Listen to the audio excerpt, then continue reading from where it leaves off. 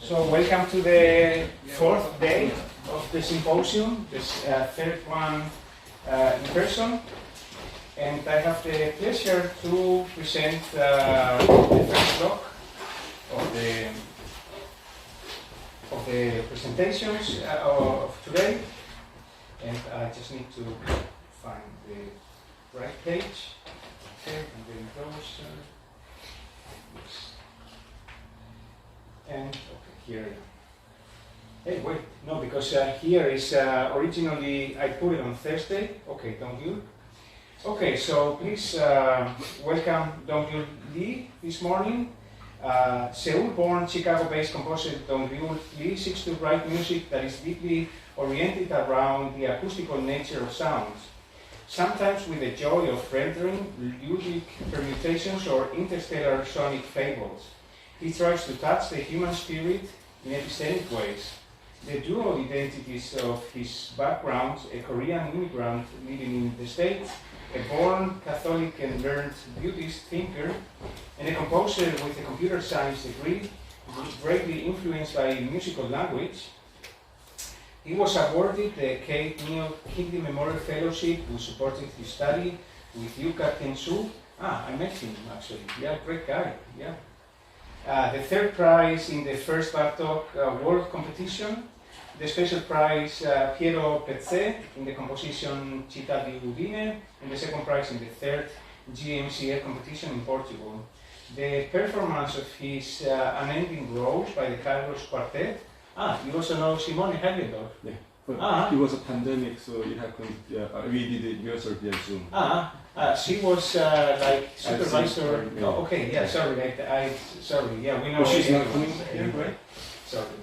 En Cultura Bureau, Elisabeth Berlin. His compositions have been performed by ensembles such as Avanti, Grossman, Kairos Contemporánea, Jupiter, Mibos, Calizumpian, Consort, Action Brass, ACM, Conference Ensemble, Paramirabo, and Illinois Modern Ensemble, among others. Lee was the 2021 CCCC postdoctoral researcher at the University of Chicago. Beginning in fall 2023, he will serve as assistant professor of music at Loyola University in Chicago. He previously taught at North Central College, Harper College, the University of Chicago, and the University of Illinois Urbana-Champaign. Please welcome Dongryul Lee. Thank you so much for inviting me to here. Before beginning my presentation, I just prepared two short paragraphs that my approach in music, specifically in harmony in my music. So, I have been always interested in harmony. I'm interested in every aspect of harmony, including the reasons why we react to certain kinds of harmony intellectually or emotionally. I see harmony scale tuning systems as not secluded areas, but more or less a continuum of organic dimensions, layers, or strata, having gradually overlapping interfaces or interstrata.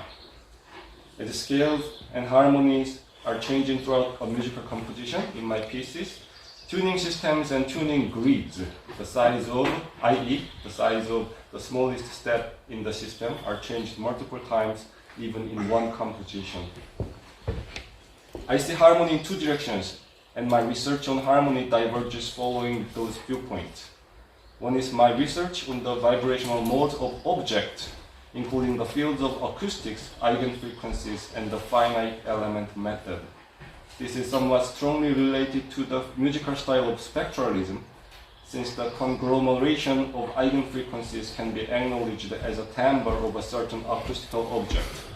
The other is more musical theoretical research on tuning, scales, chords, and intonations. My doctoral research, which I finished in 2020, focused on the area of bell acoustics and engineered virtual bells, lies where those two areas coincide. Today, I focus on the latter part of my research interest, which is the tuning system. So here's I prepared a little bit excerpt of my piano duet piece, one piano tune the quarter tone lower than the others.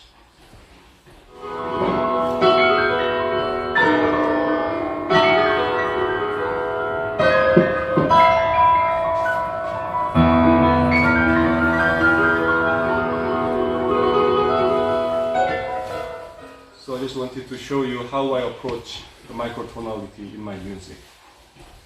So as I said, I approach harmony in two opposite directions. The one way is a top-down, which I call attic, and here the chord harmony timbre is a continuum, a harmony created by a specific vibrational mode of object. This is related to the terminology such as timbre, harmonic fields, and spectralism composition. And here, the harmonic aggregate is largely dominated or controlled by a small number of acoustical laws and compositional algorithms, e.g. frequency modulated harmony chord by Tristan Murray or Jonathan Harvey. Here is one example of the acoustical law of an inharmonic series of frequencies created by the vibration of a string. And that's one way that I approach the harmony. And the other way is like a harmony created by individual interval relations. So first one, the entire harmonic chunk is created by a single law, and the second one is the harmony is like a building block by piling up individual intervals. So here, the crucial terminologies or ideas or concepts are interval, consonance, dissonance, and root, which is the fundamental. And here the harmonic aggregate is largely dominated or controlled by individual interval relations and the relations between partials and the fundamental. Before going into my approach to the creating these consonant harmonies, I want to briefly review the previous approaches by other composers and music theorists in music history. So here is a Ramos book, which he talks about briefly about the overtone series, and he talks about the integer ratios as the lower integer ratios related to stronger consonances. And this is a figure that demonstrates the overtone series. And here he talks about the dissonances, which is largely depends on the larger interval ratios. And one point that I wanted to focus on here is how he created the chord, or the concept of the chord. He talks about the major third, which is 6/5, and fifth is a 3/2, and how he created the seventh chord is quite interesting here. He created this final ratio, 10 to 12 to 15 to 18, by interlocking those two ratios together and then multiplied horizontally or diagonally. Same thing with here, major third with fifth, and he also created another seventh chord. One is the major and one is the minor.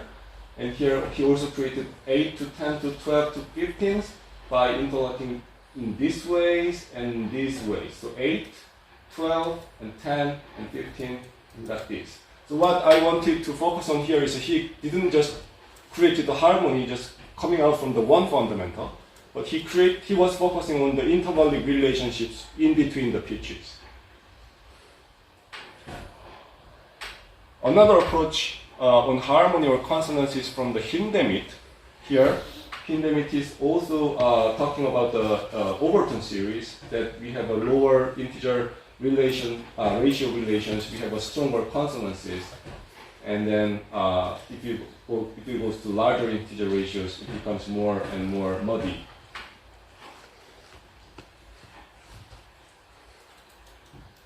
One very unique concept from Hindemith is his focus on the combination tone, which is the fundamental. So he talks about here, when he created the idea of the consonances, he talks about the phenomena that we hear the combination tone when two tones sound together. So this is what Hindemith wrote. Thus, the interval formed by the connection of two tones is the basic unit of musical construction. So this is the focus on the interval. And the difference in the weight of the combination tone burdens carried by the vibration, various intervals enable him to arrange the letter in order, so that starting with the octave as the clearest, unclouded interval, and passing through the fifth, each interval in succession carries greater burden than its predecessors. So here the combination tone is a common denominator tone, where integer multiples of it. So those are different tones. But what he focused on is like the root of the combination tone. For example, if you have a harmonic series of a fundamental tone frequency as a 15, and you have another tone which sounds together with this 15th hertz frequency as a 10th hertz, then the combination tone would be 5 hertz, and the 10th hertz, overtones of 10th hertz, and then 10 hertz and the overtones of the 15 hertz will be the overtone of the 5 hertz. And then so it converges into the overtone series of 5 hertz. I will explain this in the later slide. So here, when two sounds are the same, because it just kind of negate each other, we cannot hear the combination tone. But if two sounds are something like this, these two can be the overtone of this very low pitch. And if it becomes like a here, and if it becomes like a perfect fifth, you have a closer combination tone, which is an octave lower than the lower pitch of the fifth, and so on and so forth. And his approach in acoustics and harmony is quite artistic. He doesn't give us like a very simple formula, but what he says is that if we go into the lower integer ratios, combination tone creates the harmonic force, and then if we go to the higher partial, it creates a melodic force here. So if you go to the very dissonant intervallic ratios, it is more melodic. And if you go to the very consonant intervallic ratios, it creates the harmony, more consonances. And this is another approach by James Tenney. He also talks about the overtone series here. But what he also talks about here is a combination tone, which he talks about the least common multiple, right? So when these frequencies are related to each other by integer ratios, certain pairs of harmonic coincide or intersect, and these points of harmonic intersection occur periodically throughout the spectrum. The frequencies of the points of harmonic intersection are equal to each common multiple of the fundamental frequencies of the constituent tones, and the first or lowest of these points will be at a frequency equal to their least common multiple. First, I have been assuming that the harmonic partials of each tone in an aggregate are indeed harmonic, i.e., that their frequencies are integer multiples of the fundamental frequency of the tone. So here is a figure from acoustics, and if you see here is the two tone sounds together, which is the same. Their overtones are all coincide together. But if you have this something like a C and G, they have some common overtones, and a lot of common overtones will be overlapped together. It is basically the overtones of the G will coincide with the overtones of the C. So G belongs to the C, which means G is the third overtone of the C. As we go to the higher partials or larger intervallic ratios between two pitches, please note that these two pitches are in the ratio of just tuning ratios. So for example, if you go to the E and C, you see the smaller number of overtones overlaps, which are the overtones of the G as E here. And then other partials of the C doesn't belong to overtone of E here. Another concept I focus on James Tenney is he also tried to physically handle the concept of dissonance and consonance. What he suggests is the distances between two pitches or the ratio of the interval. So based on the ratio, he tried to create the physical distances between the two pitches, or the amount of the harmony, or amount of the consonance, or amount of dissonance here. You can check this in his book, From Scratch. And now, I want to go into other concept of the consonances and dissonance, which is the undertone series. But before going there, this is the sense deviations of the overtone series. I believe all of us already quite familiar with it. But what I also want to introduce here is that the concept, which actually is included in the concept of the combination tone here, that if you arrange these integer numbers in a series, that whenever you encounter new prime numbers, you can see that each prime number has its own overtone series. So if you have the very low C overtone series, it includes the overtone series of G, which is third partial, and then it also includes the overtones of E, which is a fifth partial, and it also includes the overtones of the B flat, about 30 cents lowered, which is the seventh partial of C, and that B flat microtonally lowered will also have overtone series in the series. Now the undertone series here. Undertone series has been in music theory or in music practices for a while. For example, bell tuning is very strongly related to the undertone series. But I think the quite earlier approach to the undertone series is from the Harry Partch, where he talks about the U tonality and O tonality. But I want to focus on the nature of this undertone series here in this presentation, which is quite important in my concept of consonances and dissonances. So this is an undertone series of the, I think, G, and it came from the bell tuning book by the Lar.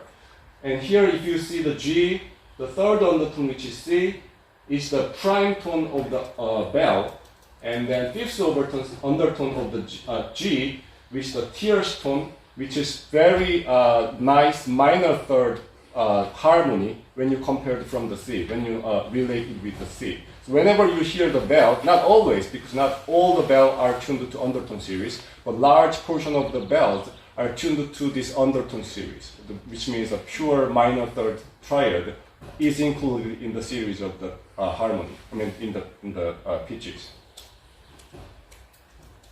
Now my concept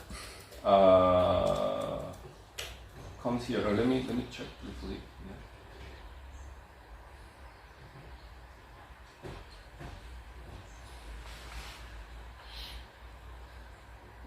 So here you can see the O tonality, which can be explained as a ratio in which denominators can be expressed as a power of 2's. So if you see here, D is a ratio of 9/8, and its denominator is power of 2, which is 8.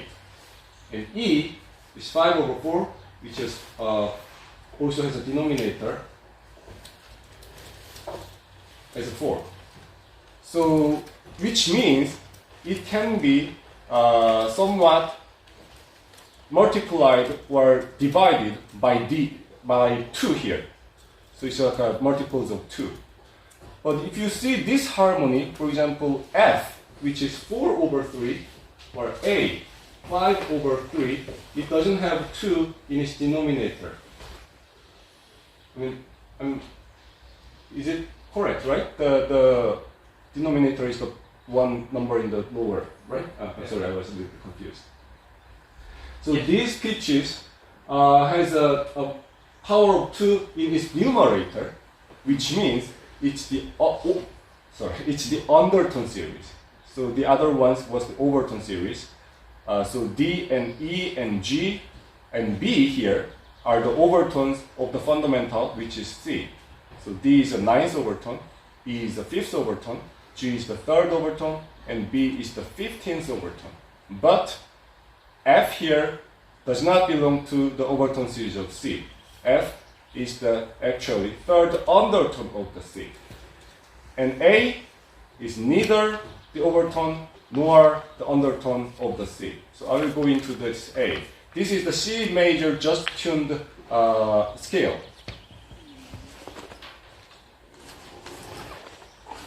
So when you mix these overtone ratios with the undertone ratio, for example, this D and F, together in a major tuning system, it creates some problems, or how can I say? It creates this deviations. It creates this gap. For example, minor third should be 6 over 5.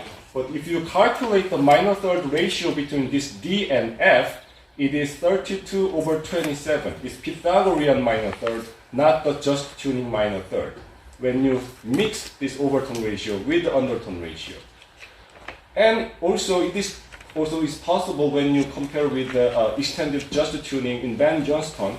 So if you have two pitches in the tuning system, for example, the eutonal septimal minor 7th, which is 4 over 7, and just tritone, which is 11 over 8, the ratios between those two pitches become enormously large, which is 77 over 64. It's like a 77th partial of the fundamental. It's very, it can sound nice, but it's not very low integer ratio here. Also here, A can't come from the overtone series, nor comes from the undertone series. But if we play this C, D, E, G, A, we can feel a very nice pentatonic feeling here, because our ear notice this A as the perfect fifth above this D, which means this A is as a 3 over 2 of the D, not 40 over 27. So here another concept arises, which James Tenney talks as the concept of a tolerance, and I talk this as a threshold. So what he talks is basically this. So when we hear some pitch which is quite near to specific small integer ratio intervals, our ear recognizes that as the pure interval ratio. For example, our musical experience tells us immediately, however, that such small deviations from the small just ratios, and to some extent even fairly large deviations, as in the 12-tone equal temperament scale, do not always or necessarily have such a strong effect on perception.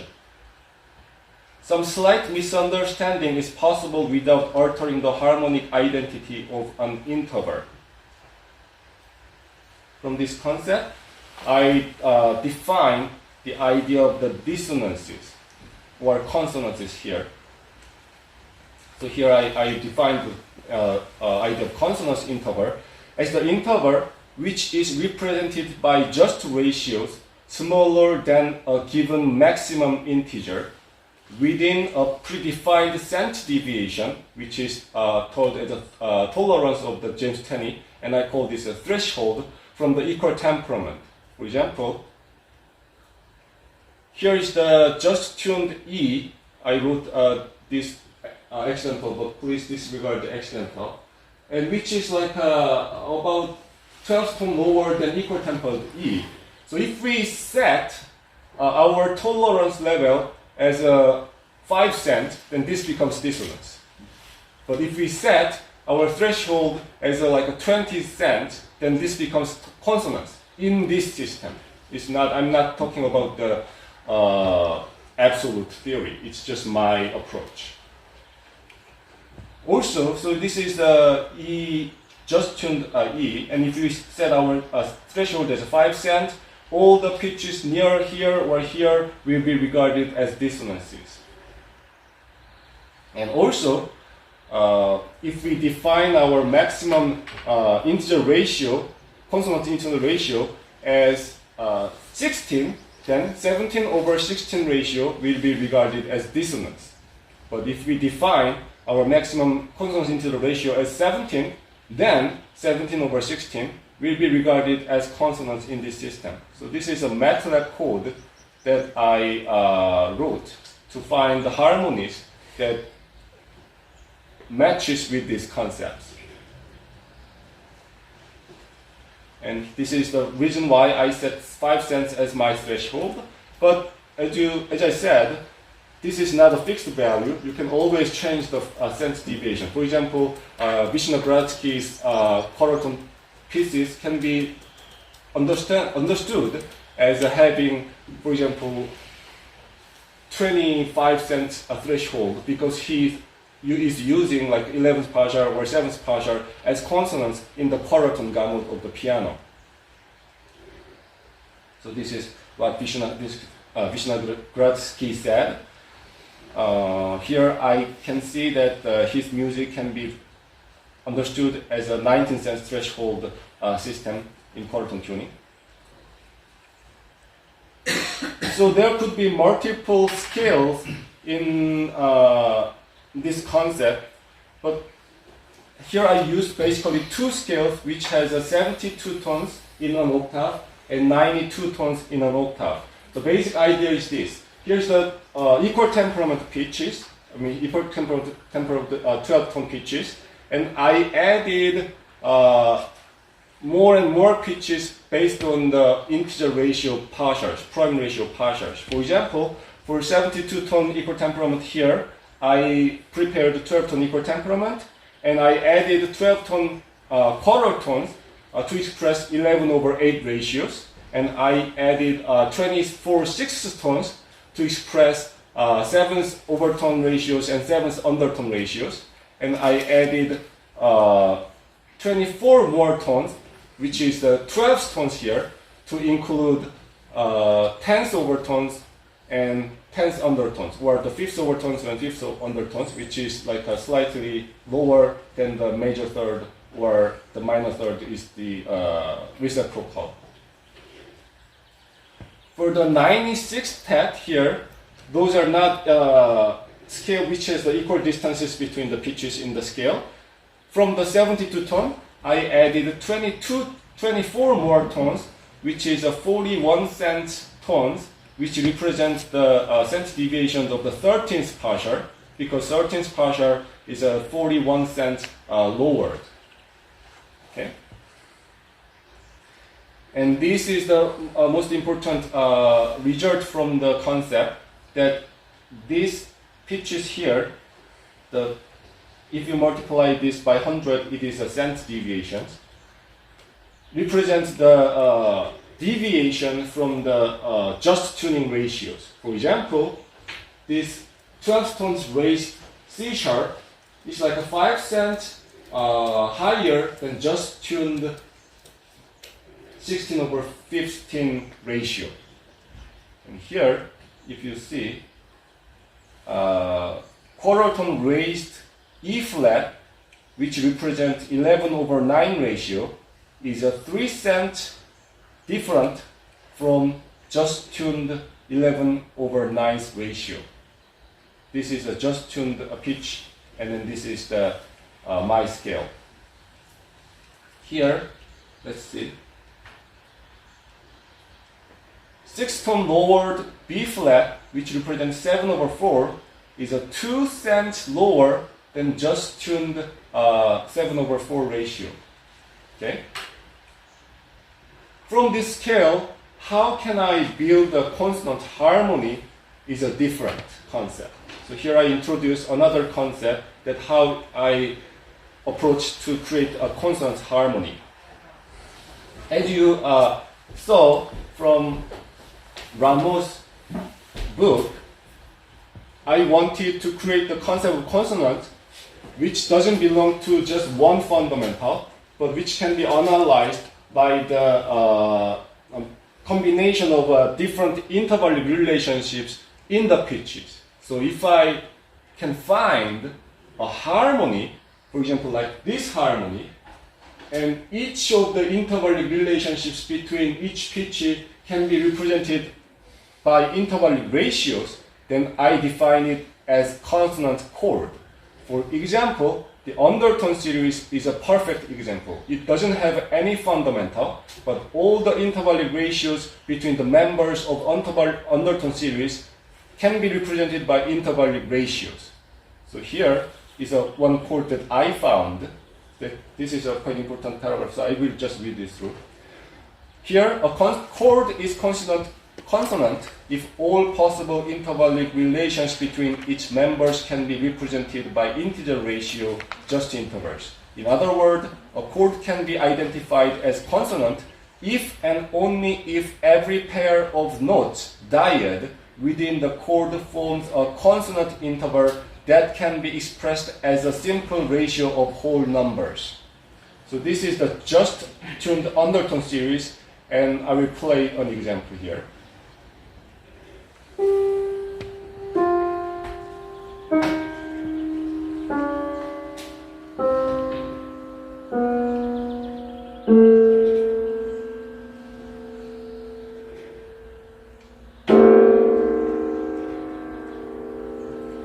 So you can see there's no fundamental here, but our ear can detect the clearness of this chord, because all of the intervals that you hear are in integer ratios. So this is how I created my algorithm, but I will just skip this part.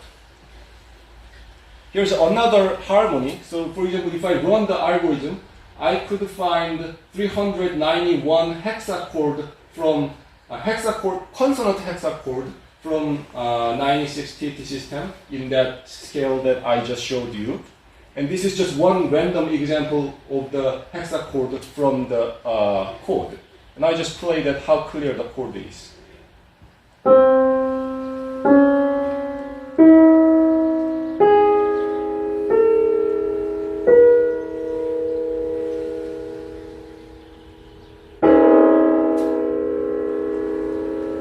So you see, each intervals in the harmony can be represented by these integer ratios here, which I made a nice, not very nice, but a figure here. So C here is a interval ratio of a 16/15 of this C sharp 6-tone raised one, and E quarter flat, it has a 11/9 ratio, and G sharp 12-tone lowered one, it has a 11/7 ratio, and A 6-tone raised one, it has a 12/7 ratio, and B quarter flat, it has a 11/6 ratio. And all other intervals can be identified by specific intervallic ratios. This is an example of my string quartet that was premiered by Kairos in 2020 in October, in which I employed a lot of different harmonies from the algorithm. And I'm a composer, so this is just basically the logical part of the concept, and how I manipulate the harmonies were largely dependent on my ear, or some other aspect of the approaches, as like Richard talked about the landscapes or those things. I also have other inspirations, but the core theoretical background is what I just introduced. So this is the part. The title of the piece is Unending Rose, and this is the fourth movement titled That the Lord Will Show to My Dead Eyes. The title came from Borges' poem, The Unending Rose.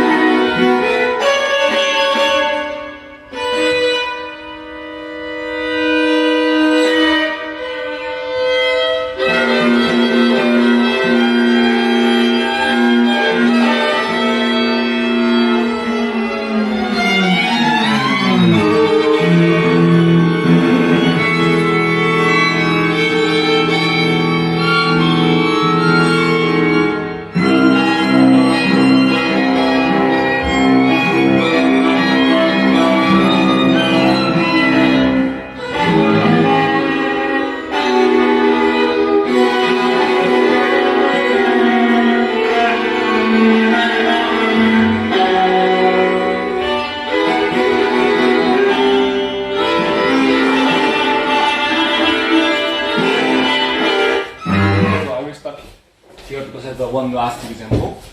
This is titled A Finite Island in the Infinite Ocean, which is premiered by Miranda Coxon in 2021, April, at from Harvard Concert online. And this is the first chord that also follows the algorithm that I introduced here. And if you hear this by keyboard, it sounds like this.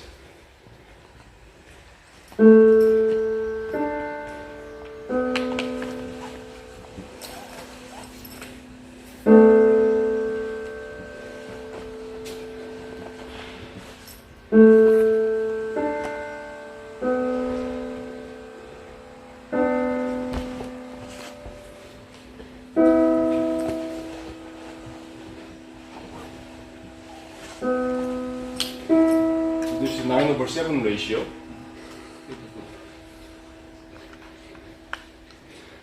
So for the concert, I basically recorded every harmony and then gave that to Miranda, and she practiced that for a very long time, and she recorded this as in a live performance. There was no audience, but she recorded this at once without stopping. So this is a phenomenal performance that I could get. I was very lucky, and this is the opening part of the performance. Can we go to questions in 2 minutes, please? Yes. The I'm almost produced. done. This is Yeah. last. Okay, Yeah. thank you.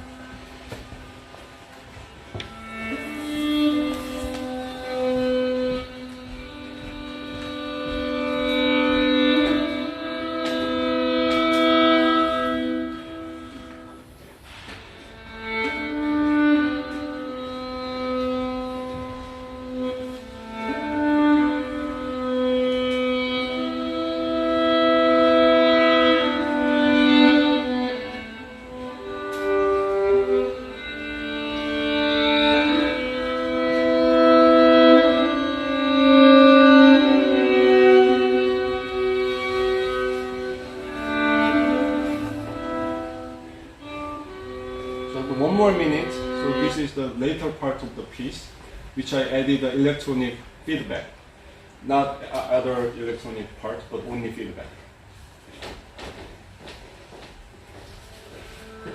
Oh, sorry.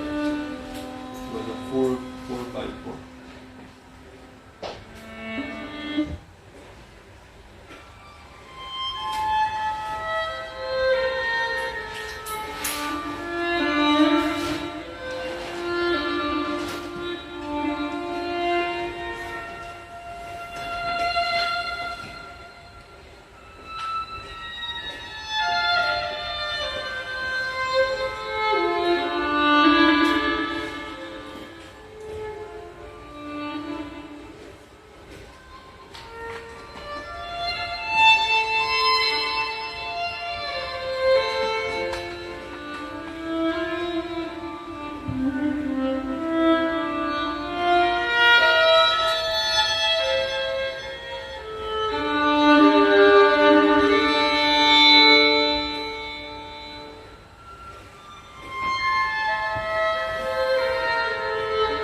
Stop here.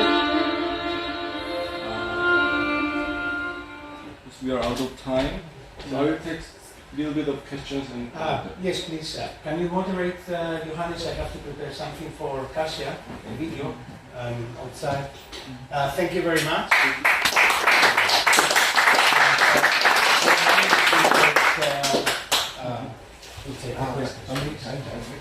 5 minutes. Well, Kasia has some delay anyway, so as long as Kasia doesn't come, so we can continue. Yeah, hello, thank you very much for this beautiful overview, and I found that very interesting, this conception to see all the whole matrix of ratios and see if they are lower or whatever. Of course, maybe I have some thoughts and comments, and not so much of questions, because of course conceptions of consonants and dissonances, of course that is a very essential question. not only generally in music, and of course especially for us in microtonal music, where starts dissonance, is it a continuum or not? And I think if you have read Tian-You, then you also know this book, History of Consonance and Dissonance. What is a very, it's for me as non-native hard to understand, but very, very interesting book, and everything is right what he's writing, I feel.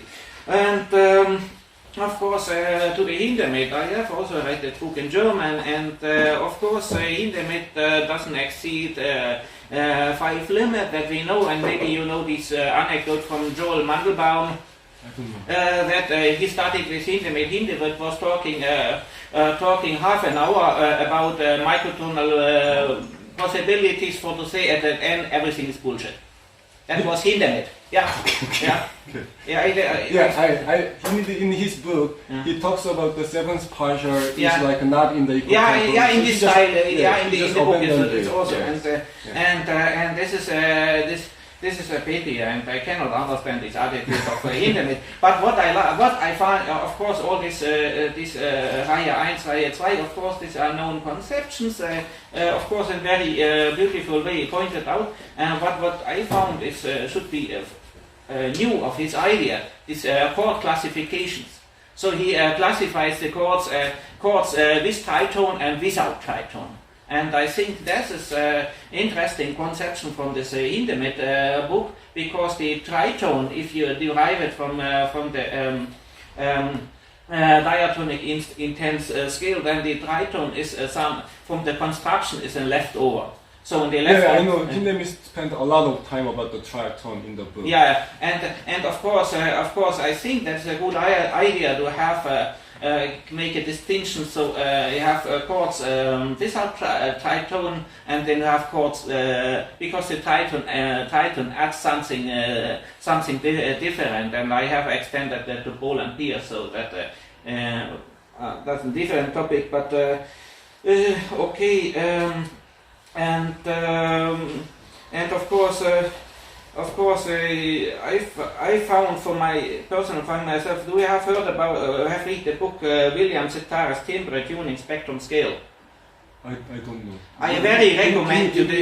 I will because he is explaining how these 4 things are connected through sensory consonants, and it's that book what opens me the ears and eyes in this topic, and I. Of course, it is a compilation of all his articles before. And this is very, very good. And also, you find these conceptions. So of course, there's 2 conceptions of consonance dissonance. What I want to mention first is Clarence Barlow. He passed away 2 days ago. Maybe you have heard. So, and Clarence Barlow developed this indigestibility where he also with plus and minus signs what is from the undertone series, what is from the overtone series. So, that is an interesting conception. And then, of course, also in Cetaris he mentioned Paul Ehrlich's harmonic entropy. What is a formula? You can, of course, design the conditions design the conditions of that, and this is also very interesting. Sure, let me know the names and I will give that to you. Thanks. Okay, thank you very much. Thanks. Well, thank you for that. I mean, it's actually, it sounds very complicated, but at heart there's a very beautiful concept there of doing the ratios. But I'm just wondering, when you're writing the music, if I was in your position, I find it very difficult to hear these pitch relationships. I mean, how do you train your ear to hear these things so that you know what you're doing? Honestly, I can't exactly hear those. So, but fortunately, I have a computer science degree for a long time ago. So I am a good programmer. So I basically can hear all the pitches from the computer. So I go to the piano and try to hear and imagine. And now, if you experience these microphones for my experience like more than 15 years, and I know some tones will sound horrible. I mean, horrible means very dissonant. For example, Julian Anderson has a lecture that he has a guideline that you should not use quarter tone with the quarter tone lower pitch together. For example, C and C quarter flat together, which sounds very ugly dissonances. But this is like a counterpoint guideline, like created by himself. Yeah. So that kind of experience is accumulated in me. So I have my own guidelines now. For example, like a very high, like a 10, 11, 12, 9 partial sounds beautiful when they are together in the same octave, something like that. Yeah. So I tried my best. I try to use computer, I try to use piano, imagination, and everything. So we wanted to get complete types degrees, but you can at least sort of recognize patterns and things that will probably work. But after creating all the materials, after then I'm quite not very much logical. For example, in rhythmic aspect, as you heard here, it's not like a ratio is like a representing the rhythms here or so. It's more like a very primitive. It's a very ironical. Expressive rubato. Yes. So I don't know how I will go, but I'm currently there. Okay, we need to continue, but I'm sure in the breaks we can continue with the questions. Okay. Thank you very much for your great presentation. Thank you very much. Okay, so please welcome Katarzyna Bartos.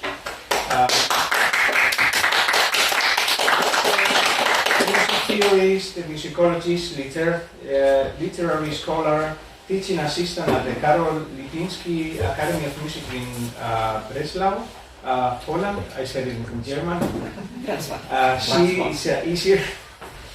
She defended her PhD dissertation about Grażyna. Yeah, Polish. Her music at the Krzysztof Penderecki Music Academy in Krakow, in Poland. As a scholarship holder of the Erasmus program, she studied at the University of Music and Performing Arts in Vienna. She's a trained teacher of music together program and took part in the Masters of Didactics program at the University of Groningen in the Netherlands. As a music theorist, she has given around 50 lectures in Austria, Germany, Great Britain, Greece, Lithuania, Norway, Poland, Portugal, Serbia, and Switzerland. She's an author of 30 articles on music, both scientific and popular, and an author of blog about music phonochromy. I know this, yeah. Her musical interests are centered around history and contemporary music. It's aesthetics, analysis, and interpretation. Welcome, Katarzyna. Thank you very much. I hope I will manage to use those two computers. My presentation will be rather short, but the piece is 16 minutes. Maybe we will have time to listen, or rather to watch it in full. We'll see how it will go. Anyway, looking at contemporary culture, Polish science fiction and fantasy writer and philosopher Jacek Dukaj said, how they tire themselves, how they break, how they crash, they tear, they smash, and they break back together. How they work. How are they working what are they working on? On their bodies. Not competitive athletes, not the aristocrats of antiquity, not gladiators, warriors, hunters, not casters, tribes, professionals. We all. Never in the history working on one's own body has been such a common and compulsive practice of mankind. How can you not see? You are walking down the street and you see that. They have taken our bodies in the fists of the mind, in the pincers of the will, and they do with them what they will. At gyms, in plastic surgeons' offices, in diets and cosmetic marathons, at hairdressers, stylists, tailors, piercers, and tattooists, and soon at aesthetic genetics. There is no border. The limit is only the practical ability to remake the body, and it increases with each passing year. So when you look in the mirror at this creation of your will, imagination, determination, at this object, a work of art, an object of mental operations, imprinted on matter, is this I looking and controlling this body artist who creates and evaluates? Is this body, or rather someone wholly out of body, a demiurge woven of pure thought? A very transhumanistic way of thinking, but still it happens. Indeed, in modern times are practically connected with the body and corporality. We emphasize that we are not just a bundle of thoughts embedded in a human figure full of cells. We think, we are, and perhaps most importantly, we experience. In the humanities, our bodies have for years been an uninteresting, irrelevant, and marginally treated era. They could be omitted. The products of culture themselves became more important. However, since the mid-20th century, when the performative turn took place, there has been a revival of interest in experience of our human shell. One of the researchers who approaches this problem in a particularly interesting way is Richard Schusterman, the creator of the term somaesthetics. The philosopher emphasized that both our experience is rooted in the body. We feel thanks to having a brain and nervous system, but also various stimuli trigger our reactions, for example, goosebumps.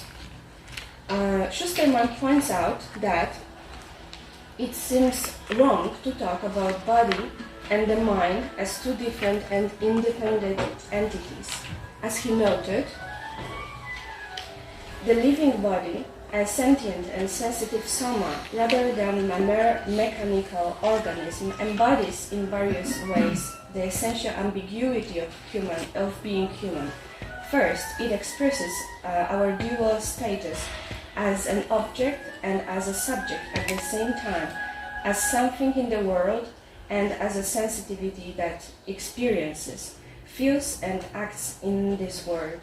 At the same time, I am the body and I have a body.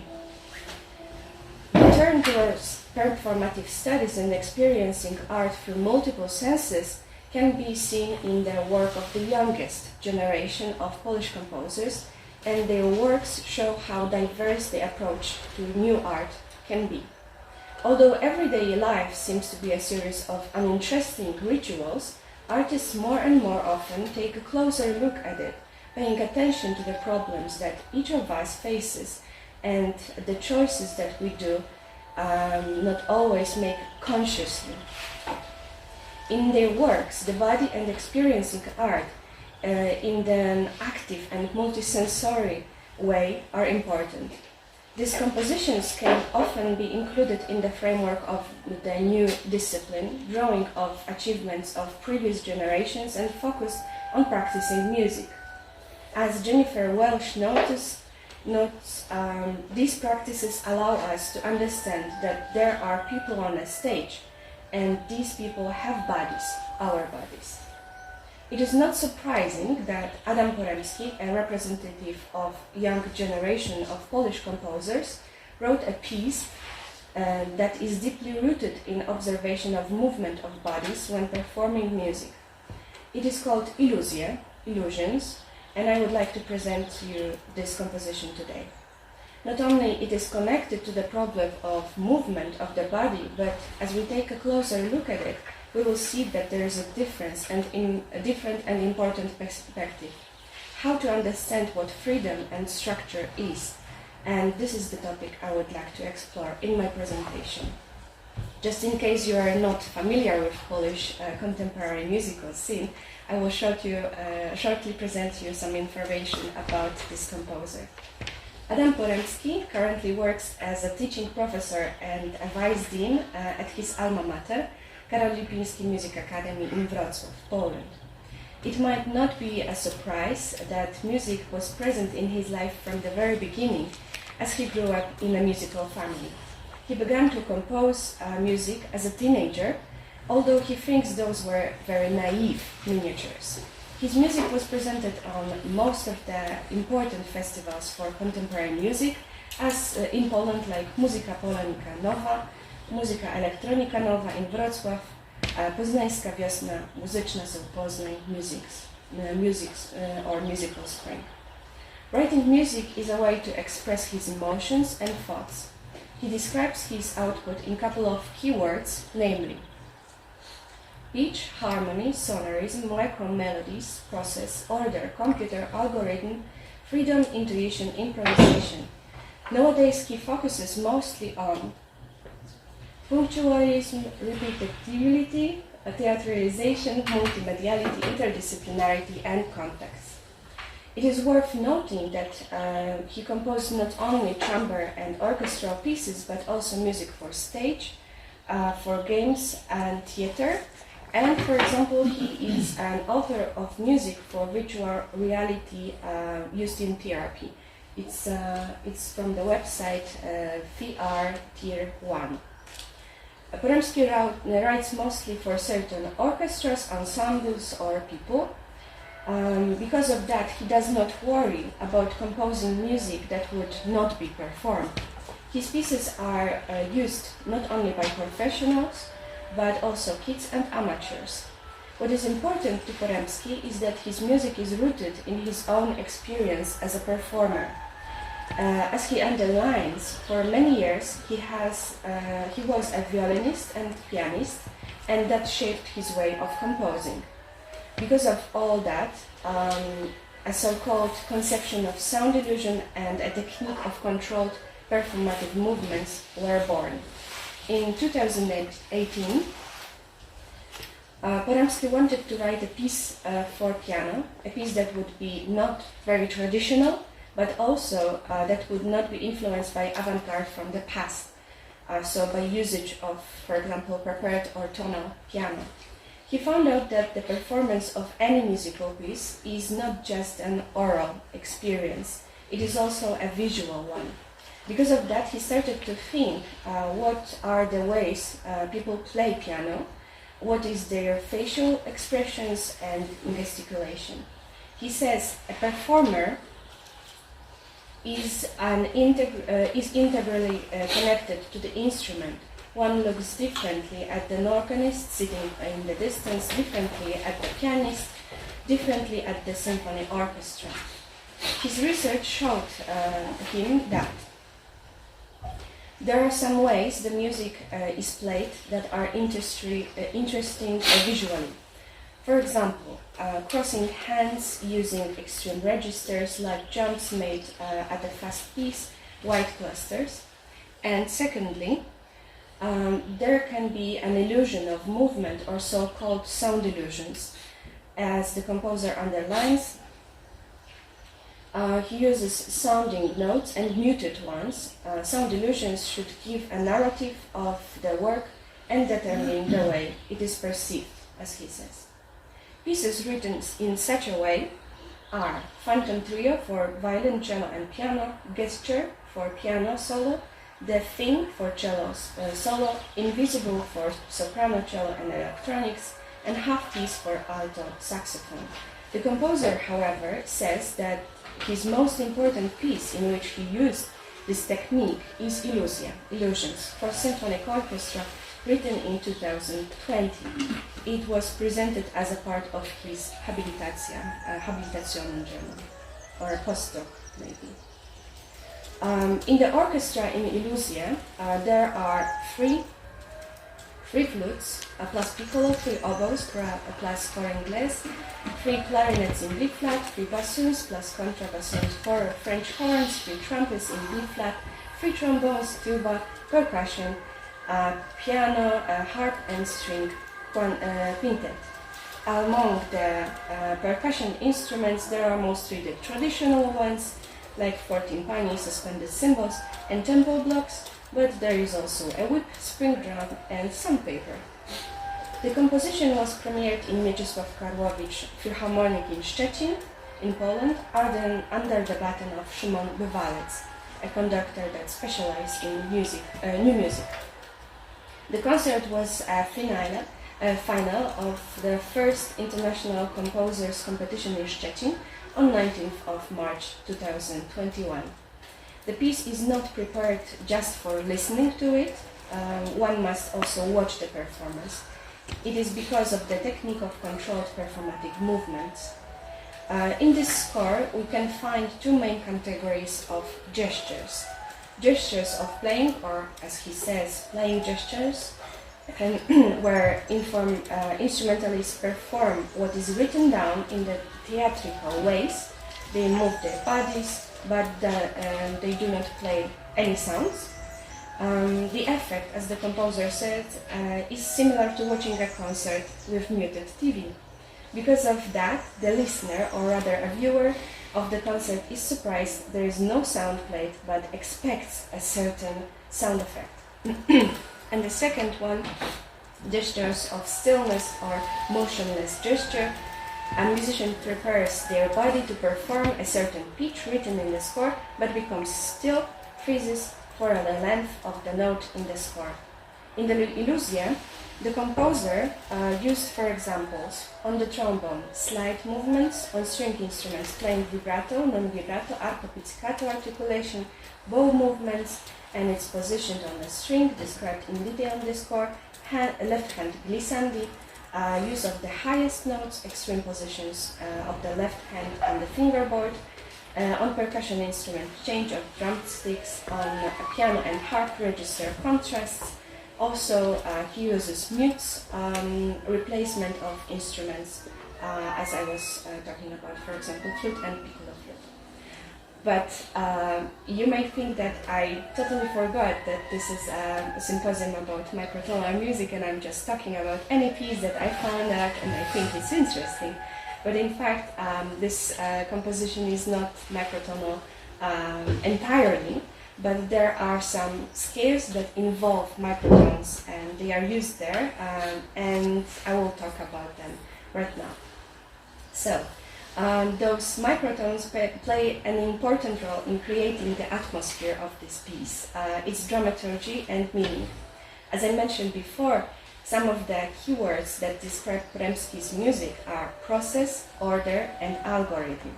So smaller intervals are the result of such an algorithm, not a certain microtonal division or of an octave. There is also another way microtones can occur as a result of freedom spontaneously because of how musicians would play the sound. But let's focus on the first, rather strict way those intervals are composed.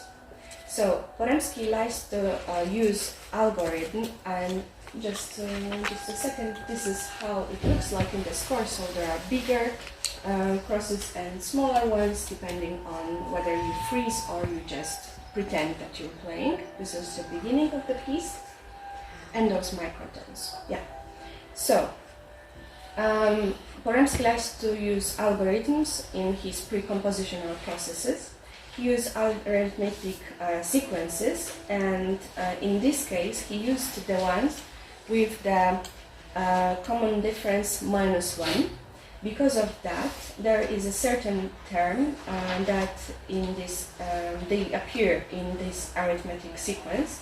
So from the 16 till the 1, if 1 becomes a quarter tone, then there will be a certain scale involving microtones. The composer used rather a conventional way of writing down those pitches, and as the composer underlines, this scales is closely connected to harmonic scales, series. We begin with bigger intervals, and as the pitches are higher, the intervals become smaller. It's just a metaphor, but really close. This scale is used in the first part of the composition, and in the second part of the composition there is a different scale that occurs there. It is based on 2 arithmetic sequences. First one has a term equal to 1, second one to -1. This unit was a half tone, the certain pitch, the central pitch was C, and from there Porębski prepared one part of scale going up and one going down. Because of that process, such a symmetrical scale came into being, but it was not the end. The composer was not happy with how those results were, and he modified it. The first thing was to remove those pitches that were the same, and he found out, well, this is too similar to D major scale and E flat major scale, so still he was removing and modifying it. He made a transposition of part of what was left, and then he used some microtonal changes of B and of D flat. But in the score, he uses C, that is a quarter tone higher, so he makes this difference.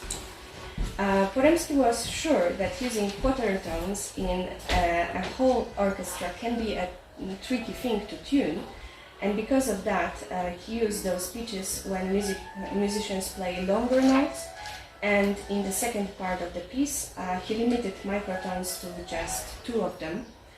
He also wrote in the score that if playing the tune in the second part of the piece, which has to be in tempo, would be not satisfactory for the whole orchestra and the conductor can ask to just leave B and D flat without any microtonal adjustments. So as I said, microtonality can occur spontaneously here too. As I said, it is mostly linked to articulations. The musicians are asked to play the highest or the lowest pitch. There are a lot of glissandi. For woodwinds, there is a sign for playing with a lot of noise, multiphones or split tone. Piano strings can be wrapped with a hard object or a material. Harpist has a buzzing sound when the pedal is set between 2 notes. There is also playing behind the bridge of string instruments or by freely pressing the bow. All of those articulations might cause that microtones or pitches outside of the set scales could appear, but it is not a guarantee. Those are spontaneous acts. The composer considered a recording of his piece not satisfactory because of the fact it does not offer a kind of mirroring of an experience of being in the audience. I will just sum up my presentation, and then we will listen to the beginning, at least the beginning of the piece. So I would like to come back to what I was talking about, freedom and structure at the beginning, but because it plays a huge role in Iluzje by Adam Porębski. As the composer says, for me, the direct contribution to composing is always a creative impulse that defies rational explanation. I try to tame the abstract idea with a series of activities ordering the musical substance. These activities, however, do not determine the final shape of the work. Their purpose is only to support the compositional process. I definitely believe that the sound is the starting point for every musical work, and at the same time, its foundation. I consciously control the altitude parameter, both by auditory intuitive selection and by means of developed organization systems. In Iluzje, the composer maneuvers between freedom and structure constantly. On the one hand, being able to perform in a theatrical way gives an opportunity to relax or just play, have fun with what the score has to offer. At the same time, all the movements are written down. There is no place for improvisation. For example, you have to press the string in a certain way or pretend that the sound is muted. Microtones that could be a sign of freedom, breaking free from the conventional tuning and harmonic system, are chosen in a very specific process that limits element of change. At the same time, this piece is really interesting from the point of view that I began my presentation with, placing body and corporality in the center. Porębski underlines that his music is closely connected to his experience as a musician, as he was looking for such ways of performing music that would be not only an oral experience but at the same time a visual one. If we omit this aspect of the piece, we will lose part of its meaning. Because of that, we would hear just a part of the piece, not the whole one. We would not be asked to imagine sounds the way this piece invites us to do. It is also an invitation to being mindful. If we focus on the performance, we have the chance to reach flow state. Iluzje is a composition that is rooted in tradition, but offers an interesting spin on it. It is also connected to what is happening right now in the music of youngest generation of composers in Poland. And let us hear this piece, or at least the beginning of it. Where is that one? Yes. Yeah.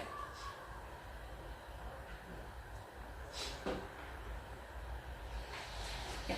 So please look at it, please watch it, because it begins with not so many sounds, but mostly those gestures.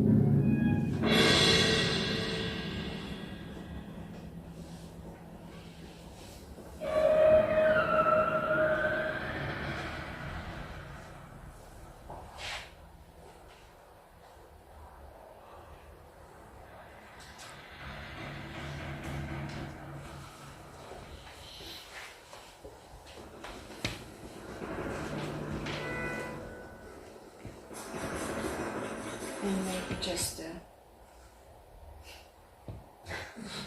second part. More is happening.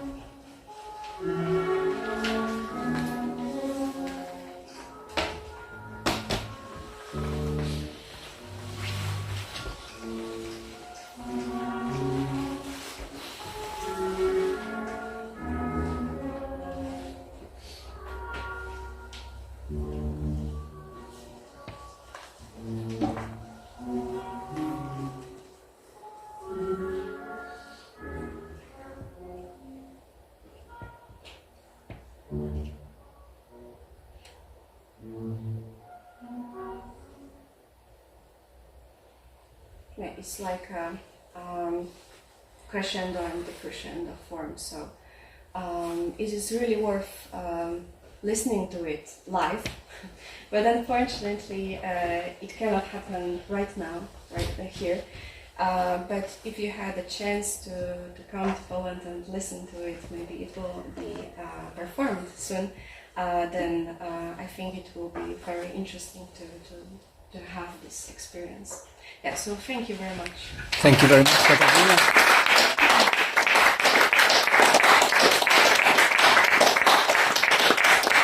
Lovely and very interesting how what microtones mean for every composer around the world. I always find interesting what other people think and how they use them in their creations, and it's getting bigger. I mean, it's unstoppable. So any questions please for Katarzyna? Yes, Karin. First of all, thank you very much for your presentation. It's really helpful to see the result with the orchestra and all the gestures and the embodiment for the performers themselves. At the same time, because of course this is only a representation, so we are not there in the hall, I also felt much drawn towards just immersing myself into the purely auditive result of the composition. And I was wondering if this is something that the composer has considered himself, that you can either be immersed in the visual aspect of it and just feel that presence in the big hall, or also just listen to it. And I'm thinking especially in terms of the microtonal world, that you kind of shape when you close your eyes. In fact, at the beginning when I got this piece, I was just listening to it without watching it and without knowing what is happening. So I had this experience and I thought that something is wrong with my computer, that it's not playing, and where is the sound, what is happening. Mostly he says in his dissertation that it should be watched. Okay. Even he doesn't emphasize that it should be listened to, it should be watched. And because of that, he said that this visual representation of what was happening in Szczecin is not a good way of presenting this piece, because, for example, if you have an opera and you record it, you have like multiple cameras going and showing parts. And he would like to have such an experience that it really shows what is happening and mirrors this experience. But in fact, he wasn't focusing so much on how you can experience just with your ears. Yeah, but I can ask him what he would think about this microtones and experiencing them. Yeah. Okay, thank you. Mottetti, Thank please. you also for your great presentation. I would like to follow up on your idea and what you just said. Would it be then for him unsatisfactory to have a studio recording of the piece? Yes, only in a DVD, as I understood it from what he was writing. Because a part of the meaning of this piece is not only music, but also what is happening. So it's kind of music theater thing. Yeah. If I will come back to how it's written down. Audiovisual piece. Yeah, so for example, here you have some notes, and this is just the beginning of the piece, but you cannot hear them. So they are playing, they are doing their parts, but yeah. So it's in fact changing the meaning of this piece, and it's like with analyzing, for example, songs. If we focus only on words, we will lose the meaning of the music. And music, if we focus only on music, what are the scales, and we will just neglect the text, we will not show that this is a combination of text and music. So here there is the combination of movement and sound. That's why it's really important to do it both at the same time. Thank you. Any more questions? Otherwise, I might go a little bit away from microtones because it's a topic very somehow related to me, probably. Yes. And anyone? I don't want to be selfish. Yeah. Okay. So I would have two questions. So, does the inner voice have something to do with the gestures for him?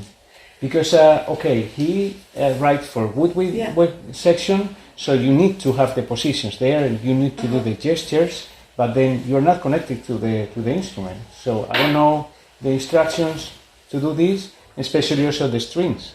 Yeah, you have to place your bow on a certain position and place your fingers in a fretboard in a certain position. But then there's certain distance between so your mouth and the reeds, or the... Yeah, mostly, for example, there is a part that they have to take the water out of their instruments, so as they were playing. Okay. So mostly it is like preparation for the sound, but you're tiring yourself, in fact. Okay. Because you're preparing for the sound, but you don't do it. But at the same time, Porębski has perfect pitch. Mm-hmm. So for him, all of those pitches that are used in this piece, they really sound. They can sound. So he doesn't he doesn't write just anything. But he's thinking of a certain way of how it will look like. So he in his mind, of course, he can hear, but so he's expecting the musicians to activate the inner voice, that they hear what they. I have to ask him directly about this, but I think that he is really certain about that this should be the pitch that they will prepare to the piece. Okay. So it's not random. It's not like, okay, I will write anything because they will not play it. No. Yeah. So it's very. I mean, it doesn't have. Yeah. I don't think. Yeah. So it's really connected to his vision of the whole piece. Yeah. Okay. Yeah, what you mentioned about your computer, I'm saying this is another topic probably even more important than microtones for me, which is silence. And 10 years ago I wrote the first existing silent opera, but actually everyone is gesticulating and everyone is hearing the note, but I changed, instead of this notation, I was writing silences. I mean, the symbology of silence, but with a kind of imaginary pitches. And I didn't give these instructions, but singers would go to the piano and try to play this to train the inner voice. So this inner voice, of course, and is the whole story. This work is, the rest is silence, and it's about the earth, about the environment, and so. And then actually I contacted a lot of deaf institutions.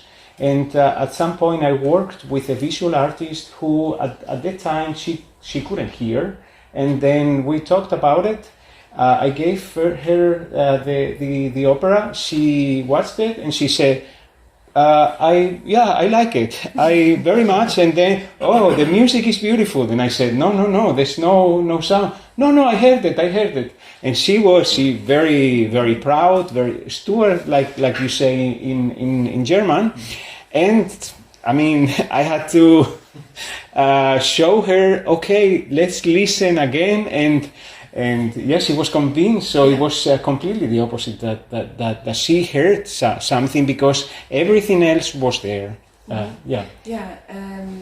heard something, but I cannot confirm that. But when the vocalists are ill, they cannot watch even somebody singing, because their the throat Ah, position yeah, and this those empathy or yeah, yes. they know how to do it, and in fact I experienced that because when I think about, for example, A for 40 or for 42, I feel the tension as I was singing it, but I don't do it. So I think it, although it's only 16 minutes and mostly you're pretending to play those sounds, in fact you're tiring yourself and those muscles have to move, and you have to think that you're producing it. So maybe those people can imagine how it would look like if they play those things. Okay, the mind is incredible in perception. This is okay. So, any more questions? Maybe. Otherwise, yes, please. I believe so, but I'm not sure. Does it have any like a philosophical purpose or background to represent that there is some ideal sound world that is separated from the actual real world? It's like this is more like physicality of the music that you are talking about to demonstrate those. But I can also see that this Platonic philosophy, like there's some real world, but it's totally secluded from the actual physical world here. So we feel this agony or anguish that we are not hearing, and they are kind of not limiting themselves from these sounds. I don't know if it has that intention. Yeah, it would make a lot of sense, and for sure it could be linked to something, but mostly he says that, or he writes, that now he's experimenting with sounds that they sound and they don't sound. So for him a sound is everything. And those muted sounds are also sounds, in fact. So there is a little bit of that, but he doesn't explore it more, or at least he wasn't. He's very active on social media, so you can also ask him. You can find his website and ask about those things, and I encourage you to do that. And I will ask him because it's so interesting. I have to know now. Yeah. Okay, thank you very much. We're still running a little bit behind, but thank you, Kasia.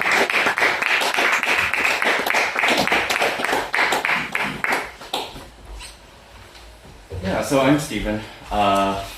I am a current doctoral student at Harvard University in music theory.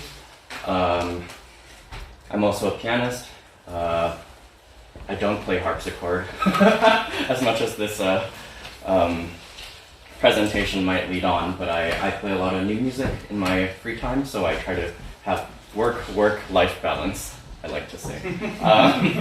I also have a degree in math from Williams College, where I did my undergrad. I did my first master's in piano at University of Cambridge and Royal College, and then second master's at CUNY Queen's College. So thank you for coming to my talk. Today I'll be giving a paper that centers on listening to Froberger's keyboard music under mean tone temperaments, focusing on the meditation from FBWV 620. But first I'd just like to give a warm thanks to Augustine and the rest of the program committee at the International Ethnic Music Society for having me at this exciting symposium.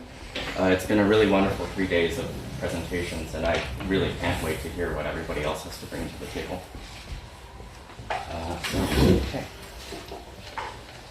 When I applied to the symposium, I spent a lot of time thinking about the title of this conference, Mikrotöne, Small is Beautiful. As a scholar of the tuning temperament practices of the early modern period, I have a complicated relationship with the concept of microtonality, specifically in that I find it does not always accurately describe the sonic phenomena that I want to study.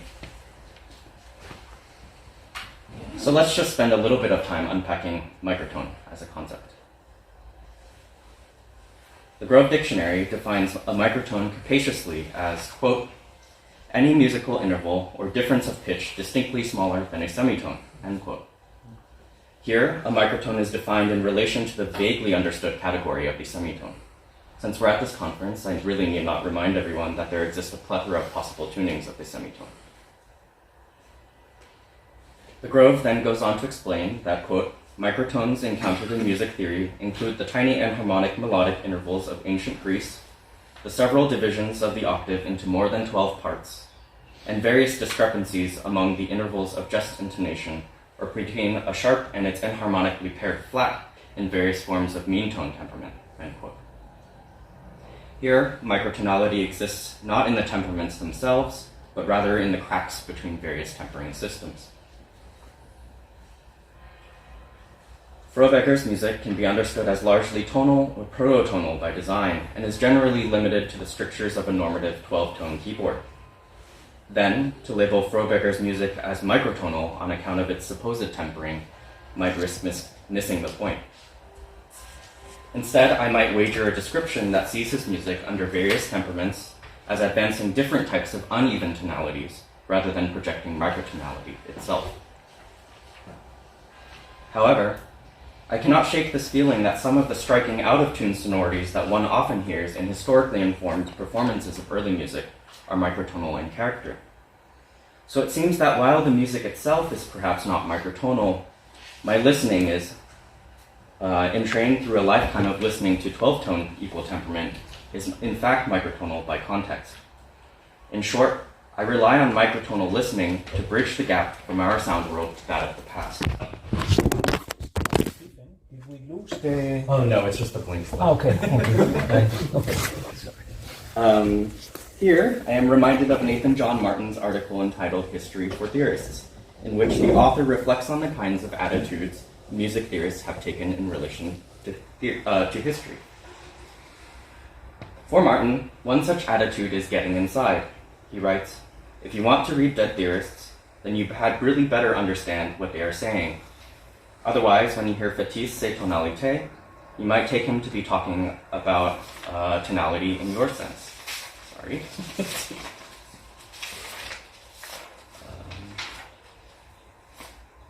Like that.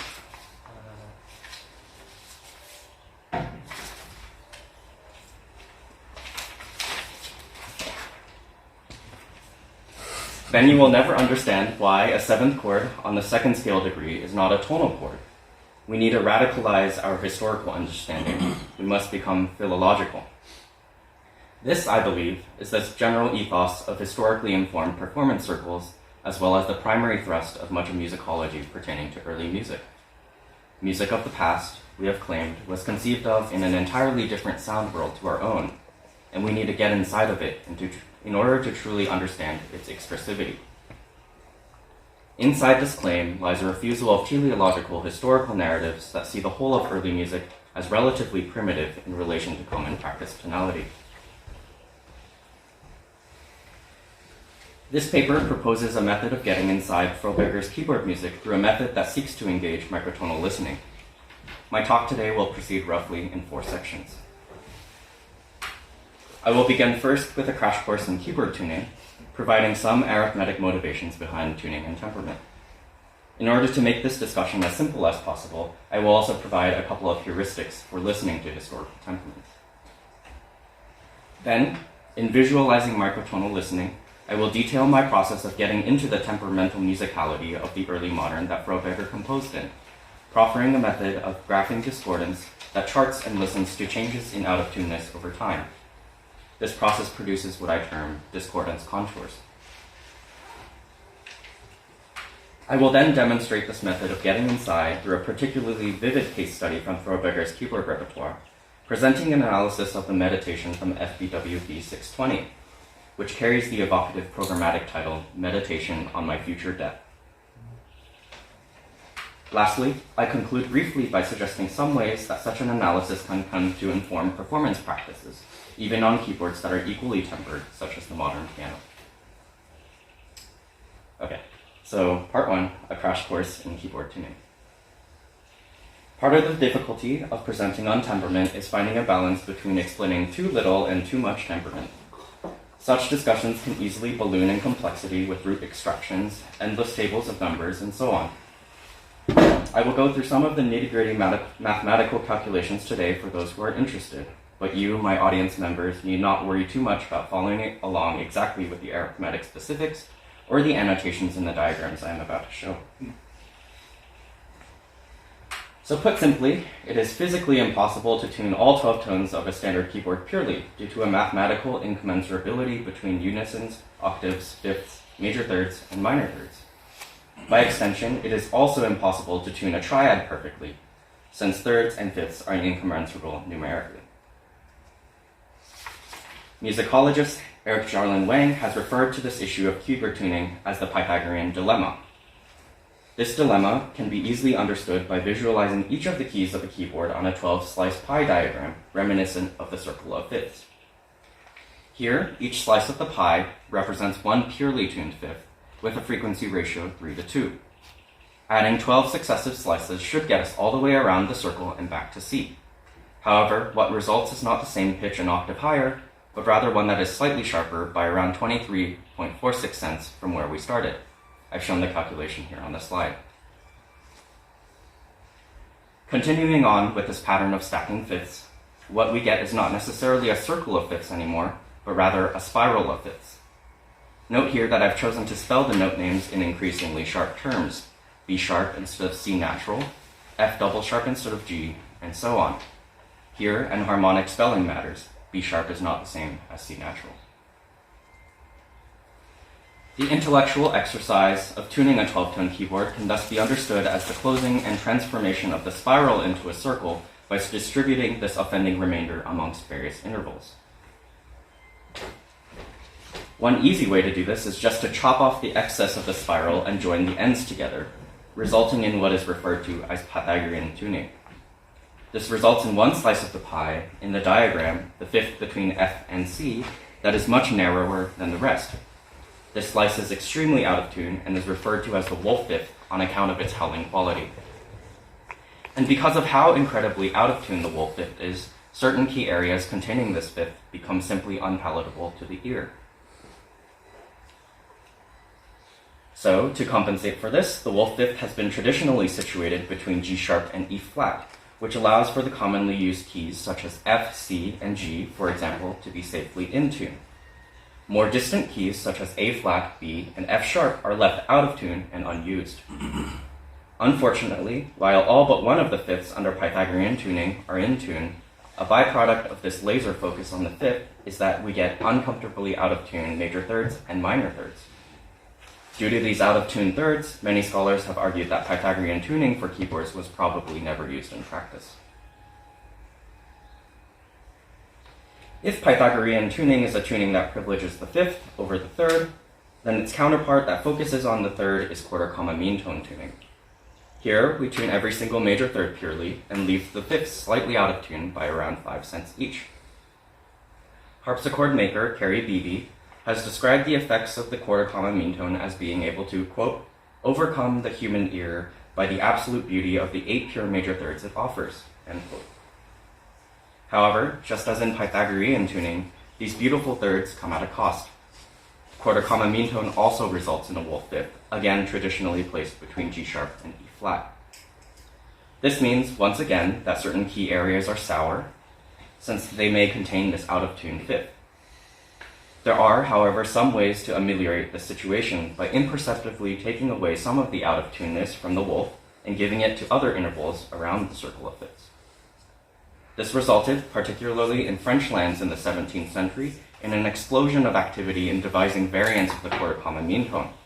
Many household names of music theory, such as Zarlino, Kircher, Mersenne, and Rameau, to name a few, have put forth their own spin on quarter comma mean tone.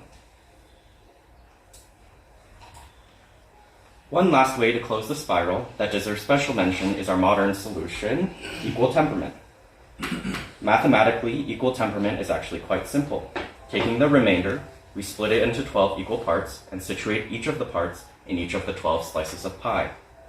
Here, every fifth, third, and thus triad are equally out of tune and in tune, eliminating any discussion of the differing characteristics of specific keys. Equal temperament throughout this talk will serve as a benchmark for microtonal listening, since it is what we are habituated to. Okay, so that was a lot of information, and I probably lost some of you along the way. So there are 2 main takeaways I'd like to highlight here before we move on. The first concerns enharmonic spelling, which can serve as a heuristic for how to tell if something is out of tune. In an unequally tempered setting, black keep notes, say, like F sharp, are not the same as their enharmonic equivalent G flat. Thus, a tuner must make some decisions regarding this flat key in a 12-key setting, specifically whether to tune it as an F-sharp or as a G-flat. Here, misspelled notes are what produce obvious and hearable out-of-tuneness.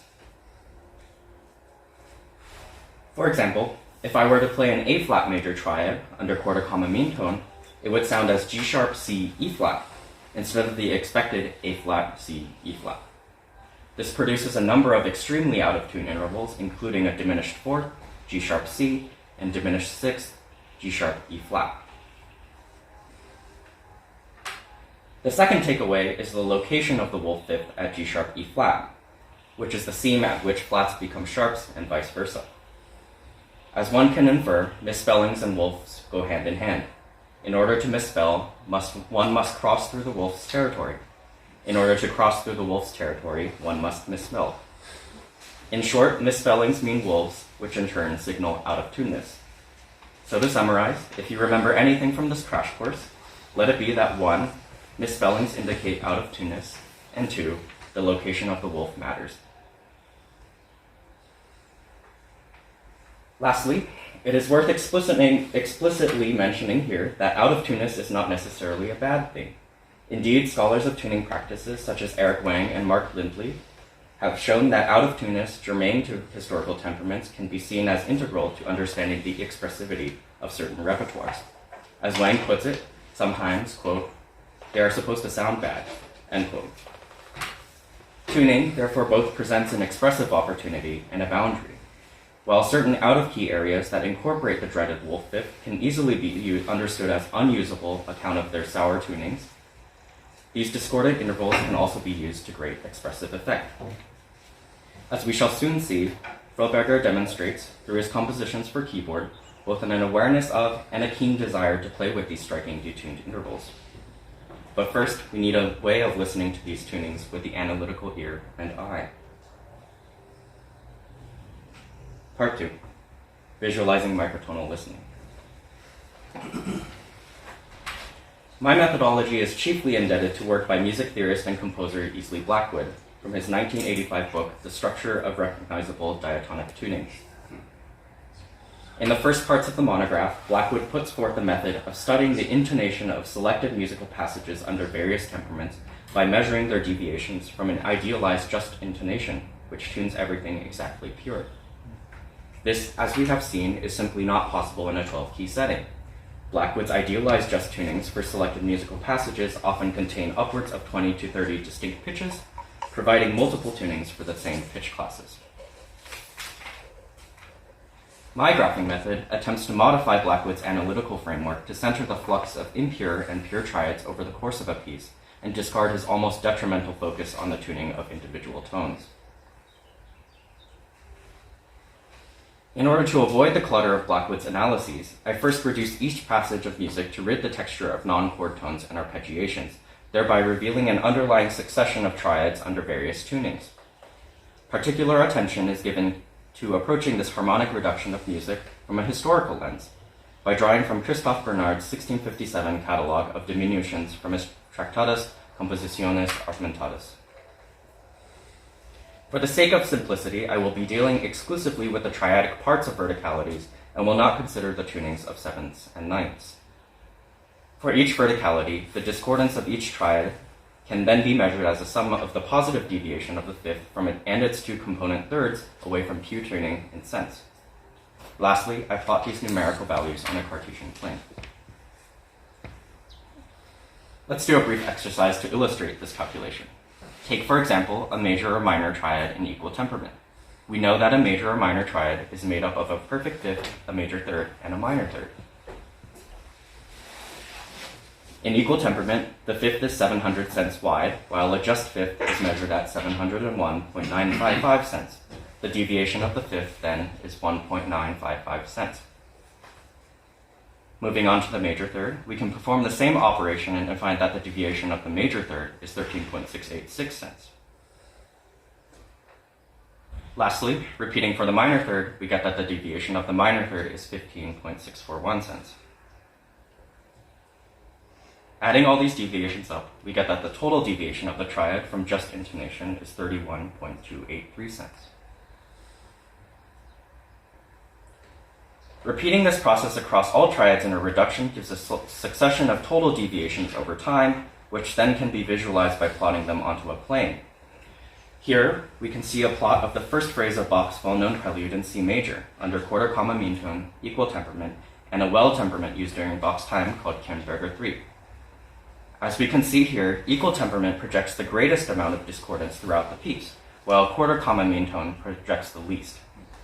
As we have rehearsed, this has to do with the passage entirely staying away from the wolf fifth at G sharp and E flat, remaining safely in C major. Froberger 3, because of its uneven tuning, shuttles between these two levels of discordance. It is worth noting here that although my plots may give the impression of the kind of numerical objectivity in its calculation, these discordance contours should not be taken as either acoustically or perceptually rigorous in their measurement. Rather, they should be understood as implicating a particular subjective listening positionality and experience, just as they should in, say, Schenkerian graphs and spectrograms. In an effort to get away from any impulse to assume a psychosomatic illusion between acoustics, perception, and expressivity, I do not report any of my calculations, hiding the y-axis of my plots. Furthermore, I reflect these plots about the x-axis for visual clarity. What results are contours that look like overlapping blobs that vary in width over time, with greater width correlating with greater discordance. So, now, having explicated my methodology, I now turn to my case study. Part 3, Case Study, Meditation. In his keyboard suite number 20, FBWV 620, Froberger makes the decision to swap the traditional allemande with a meditation. While Froberger's choice to swap out the allemande is not so out of the ordinary, Froberger had a penchant for heading off his suites with programmatic pieces such as lamentations, complaints, waterfalls, and afflictions. The subject material of this particular meditation is extraordinary. Given in two sources, from the Hinze and the Sing Akademie manuscripts, Froberger bestowed on this meditation the evocative title of Meditation on My Future Death, to be played slowly with discretion. Both manuscripts also contain a curious inscription beside the final measures of the piece, reading Memento Mori Froberger, with a question mark. This programmatic title has inspired several musicological lines of inquiry into this piece, mostly centered around the question of how the contemplation of death can be heard in the music itself. For musicologist Rebecca Seipes, who connects Froberger's meditation with the 17th century French genre of devotional literature bearing the same name, Froberger's contemplation lies in the suspension of time. Seipes locates this suspension in the prescriptive phrase, with discretion, which indicates that the piece should be played with metrical freedom, or rubato. By encouraging this loose interpretation of rhythm, Seipes argues that Froberger asks the performer to engage with musical time at a personal level, producing an interpretation of the meditation that expresses an individualized navigation of time and death itself. Froberger's meditation thus not only programs the contemplation of death, but also enacts it in performance. Seipes writes, "The work enables the contemplation of death, repeatable in every performance, through the dreamlike state of devotional meditation. It serves the player as a tool to situate himself in the present instant, freezing time long enough to understand his place in it." Now, I'd like to just take a moment to hear the first strain of this meditation. This recording by Johannes Keller employs a split key manual, which allows for multiple tunings of selected pitch classes, allowing every pitch to be tuned exactly or close to pure. Note especially the absolutely peaceful and settled quality of sound that we get from the split key manual. There is almost no noticeable discordance, a welcome retreat from the equal temperament that we are used to hearing today.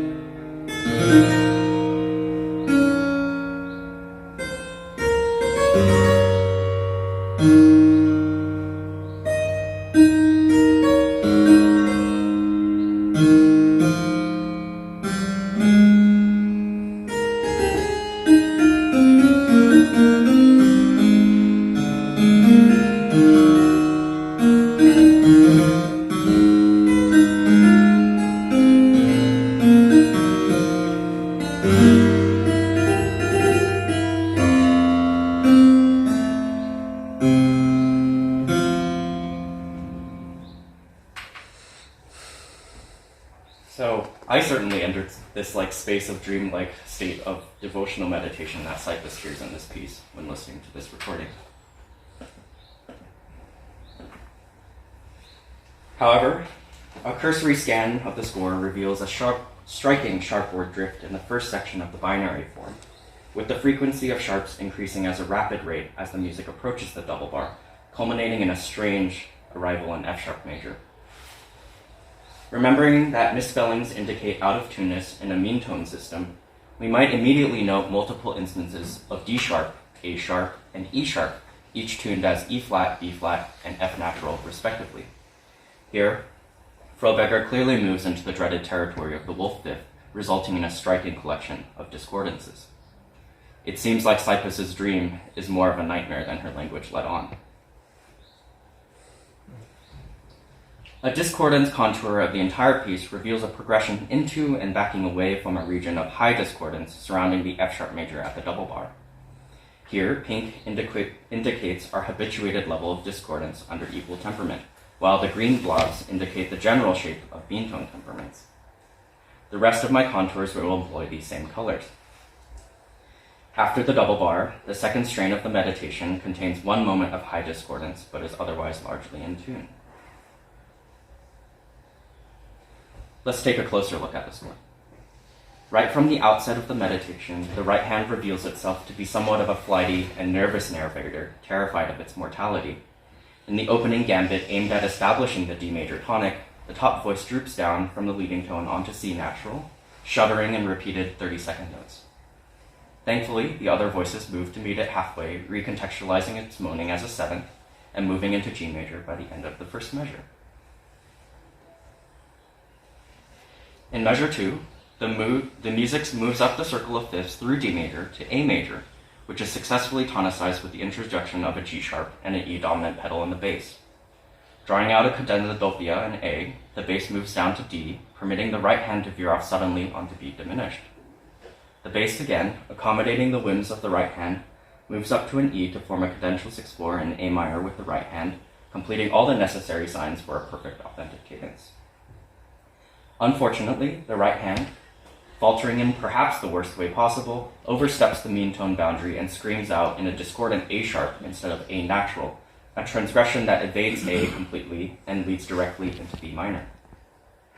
Again, to rectify the situation, all voices move once again to recontextualize the D natural of B minor as a seventh, permitting a move back to A major in measure 3. Celebrating this arrival, the right hand sings above an A major pedal.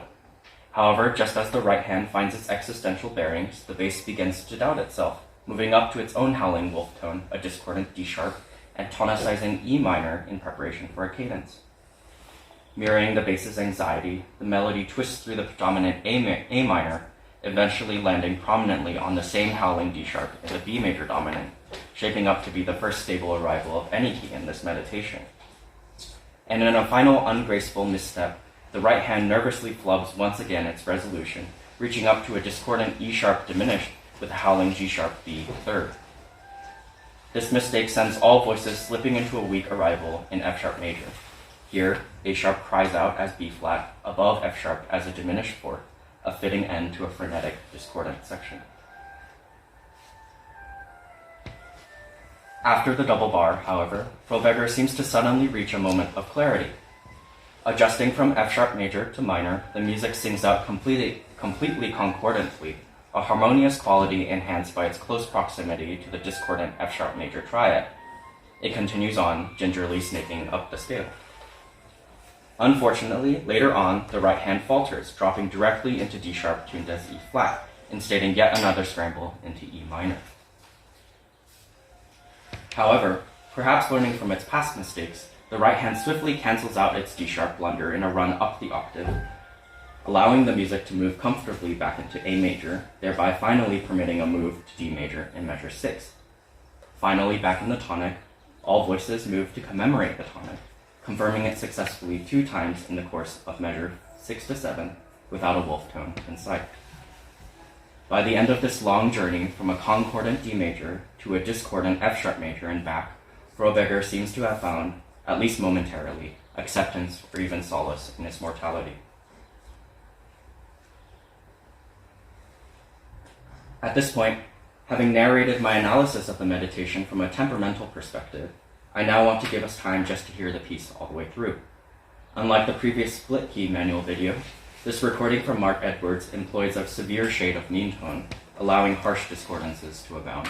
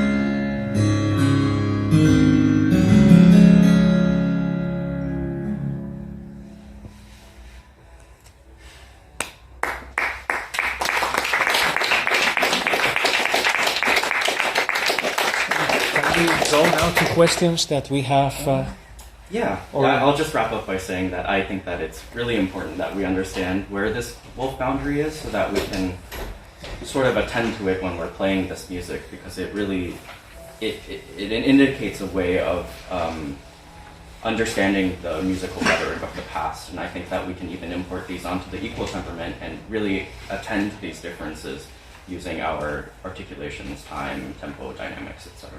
So thank you so much. Thank you very much, Steve. And I would like to ask you if anyone has any questions. Maybe we can take a couple, please. William? I came in late, but did you mention these accidentals as of wolf tones? It's not a pianoforte, but they make it louder. These qualities make the chromatic alteration pop. Yes. Yeah. As if you can do it on the piano by just playing it louder, but this seems to make it happen by itself in a crazy way.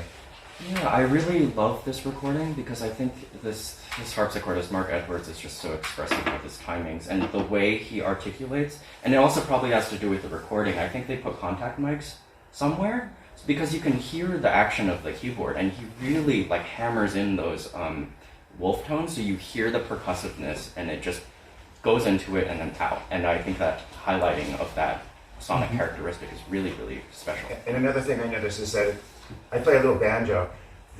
The attack does crazy things that the initial transient is totally nutty. Right. Yeah, it's really beautiful. Yes. What happens with the recording? Was every time bending in pitch? Was it bending in pitch? Yeah, that's what I'm saying. Some mistake, I think, because the pitch of harpsichord must be absolutely stable. Mm-hmm. So it'd be like a vinyl recording, and the motor is not stable. Yes. Mm-hmm. Yeah. Maybe, yeah. I also... This is a technical issue, I think. Mm-hmm. Probably it's just computer or something, because I went through and put it into a spectrogram, and it's all stable through and everything. Yeah. So I wonder,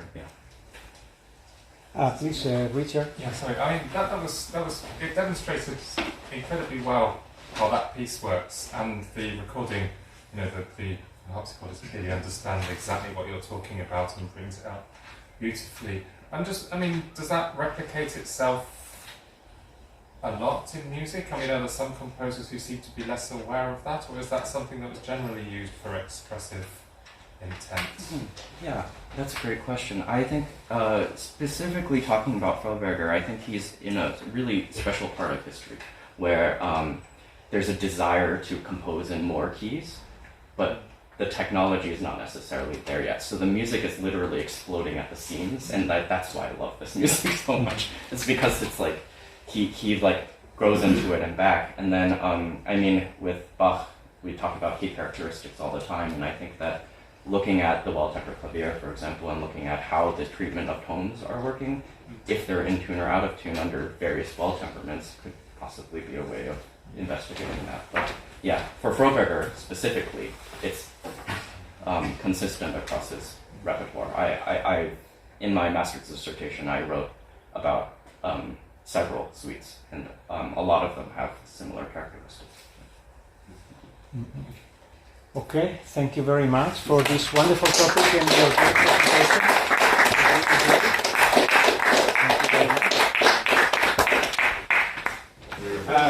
It's great to have Jonathan Dawe and the highly innovative and conjured work of American composer Jonathan Dawe joins baroque imagery with a modern mix cast with dynamics dramatic flair.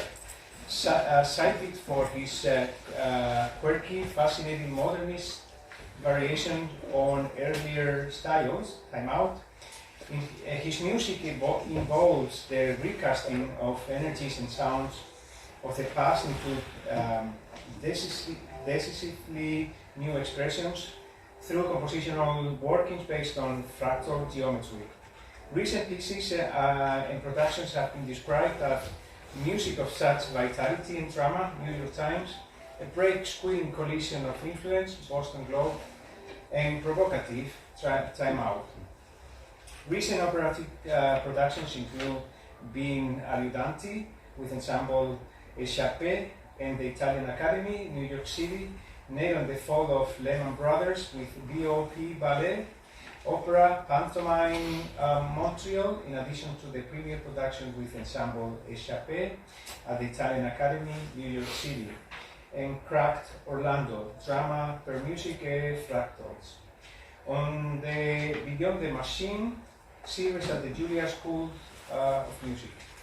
Other recent performances include Ordinary Dust with bass baritone Devon Times, Vibe Recital Hall, Oroborium, New Juilliard Ensemble at Alice Studio Hall, La Vitorium Artificiosum, Fifth String Quartet, Ruisi Quartet, Concerto per Fractals, Dolce Forte for String Quartet, Jack Quartet, and the Flowering Arts with the Boston Symphony Orchestra. Dawe is a senior member of Doctoral Graduate Studies faculty at the Juilliard School. Please welcome. Thank you. In my cogent and brief time today, I would like to share with you some particular ideas, most notably about a compositional strategy that I have been developing over the past 10, 20 years actually, that I have found increasingly have interesting applications in the realm of microtonality. And so recently, in the past few years, I've been thinking more and more about this particular type of compositional maneuvering and how it is quite applicable to a different type of pitch treatment. And so when I became more and more familiar with Augustine and his work here, it just seemed to be would be an interesting thing for me to come and share some of these ideas. Of all of the fractal fair and recursive types of thinkings that often can be applied to music, I've often found that cellular autonoma particularly is very fruitful in the types of things that it can do and create in a type of art form that unfolds in time. And so of all of my interest in fractal geometry and the application of that to music, I am continually drawn to cellular autonoma and how that can be represented in music. So I would like just to share, first of all, some basic ideas of cellular autonoma and give a basic background and then give you some idea of the perhaps idiosyncratic way that I deal with it in creating music, and then show you how I am now dealing with that in a type of microtonal laboratory. I'll conclude by showing three very short microscopic works that I have just composed. They're almost like compositional etudes that deal with two Scordatura guitars and soprano as well, which actually I would say was inspired by a talk that Augustine gave at Juilliard. And I think that really is interesting when we have these talks, that they're not just about reading papers and coffee, but when you can actually be inspired by something. Now, I may have gotten it all wrong, but at my age, you can't embarrass me. So if you see anything at the Q&A... At mine as well. Rebuttals are always welcome. Cellular autonoma, I've just concocted here a type of Wikipedia definition of it. A structure of cells arranged on a dimensional grid or lattice, or type of plane, if you will, a Cartesian type of playground. The structure of cells, which either, in most cases, are going to be either on or off or absent, change over discrete states of time. So there's a clicking through different states of the growth of the cell structures, which again is very suggestive of how things work in music. If you think about music moving note to note or measure to measure, that seems to be a logical way of embracing that metaphor. According to a rigid set of conditions, rules, or an algorithm that control the state of cells. That is to say, whether they continue to live in the next generation, or if what was not there before in the grid all of a sudden boop, will come back or come on to life and join in that progression that unfolds. Now, I have to tell you right now, I've not used PowerPoint since COVID, and a little post-traumatic stress, I blocked it all out. So I'm going to be a little clumsy here. I don't even know what the next screen is going to be. So I don't have any type of monitor here. So if I act surprised, you know, we're all together on this. Okay, great. Here we go. I didn't set that up. That was genuine. Now, many of you might know that any familiarity with cellular autonoma, one of the pioneers in this was John Horton Conway, who developed something called the game of life. This is not the board game that you played in the 60s, but rather was a type of cellular autonoma. And this is from actually my Juilliard dissertation work. It's the only composition that I ever used the game of life to create. It's a rather involved piece for violin and tape that I composed for Mark Steinberg. Surprise, surprise, it was never played, not because of Mark, but because it's a complicated piece, and I never realized the tape. So don't tell that to Juilliard, because they'll take my... I shouldn't have said that. But anyway, here it is. And again, you just get an idea of here is a cellular autonoma. Usually will begin with an initial configuration. And I think any of us who's dealt with any type of abstraction in music or array structure, immediately you can even hear what's going on here. One thing I have to mention, which I think as musicians we just take for granted, but I'll never forget, I am talking quickly because I want to make the time here, so I'm usually not this frenetic. But one thing that is interesting is that at a dinner once, I was with a musician who was more of a mathematician.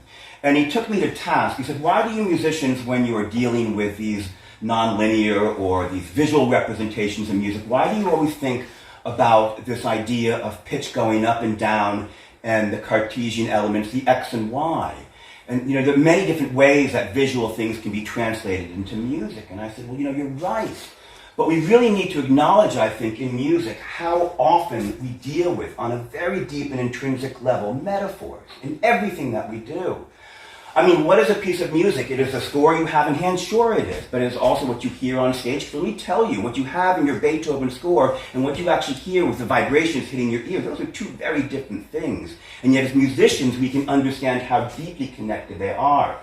The fact that just before I said the piece begins here and then ends over here, what does that have to do with time? Or the idea that here is a piccolo down here and here we have the bass, clarinet down here. That really has nothing to do with the rate of frequencies of a pitch, let alone the piece begins here and ends here, the most complicated dimension of time. What does that have to do with time?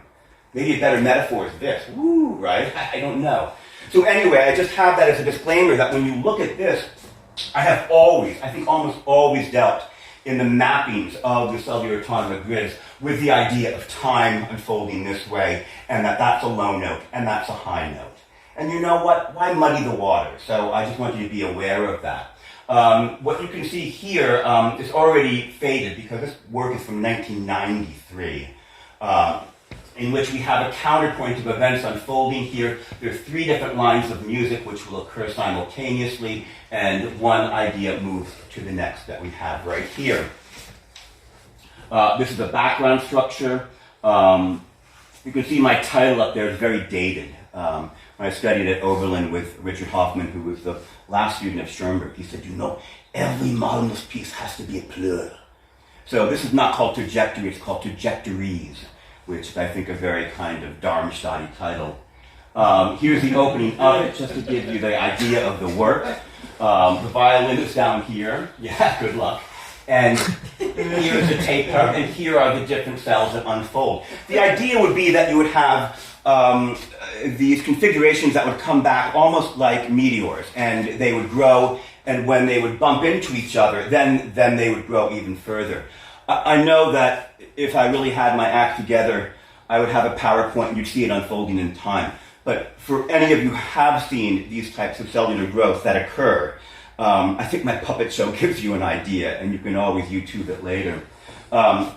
Here is later in the piece, and you can see that I clearly had a badass modernist stage in the 1990s, and it does resemble a Ferneyhough score, but this is all realized electronically as a tape, and you can see that there's a little offshoot trajectory occurring there. Here's one right here, and here's one right here.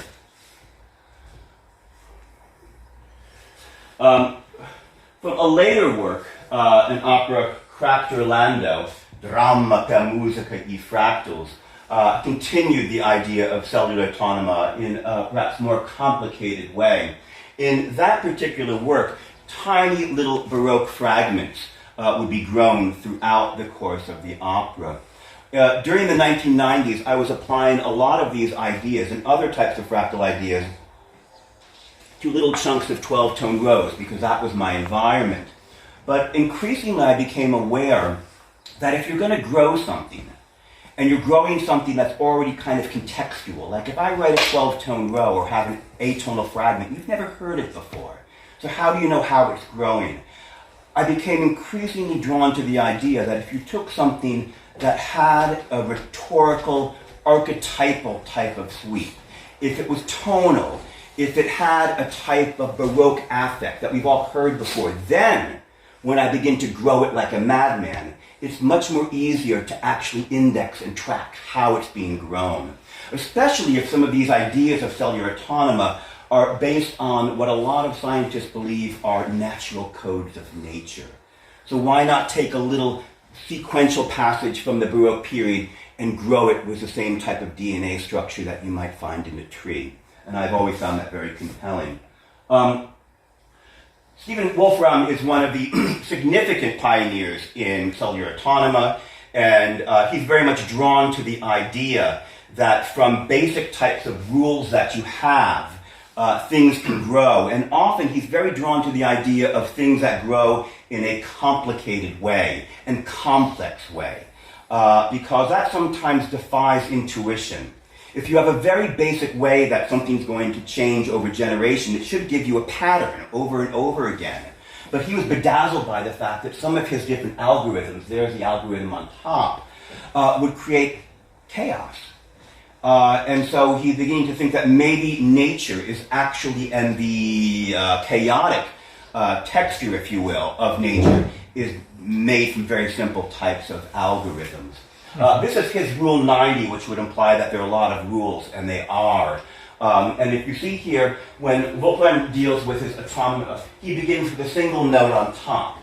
And then the lookup table here tells you, with regard to the neighbors, what will be the next generation, which is right here, the third generation, the fourth generation, the fifth. This particular one, Rule 90, I've used quite a bit. You can imagine that if each of those boxes represents not just a pitch, but perhaps several pitches, then you're going to end up with a canonic type of structure as they grow. And I have found that if you overlay them musically, you can end up with some very interesting, organic, and yet compelling counterpoint. This also resembles the Pascal triangle for those who dabble in such geometry.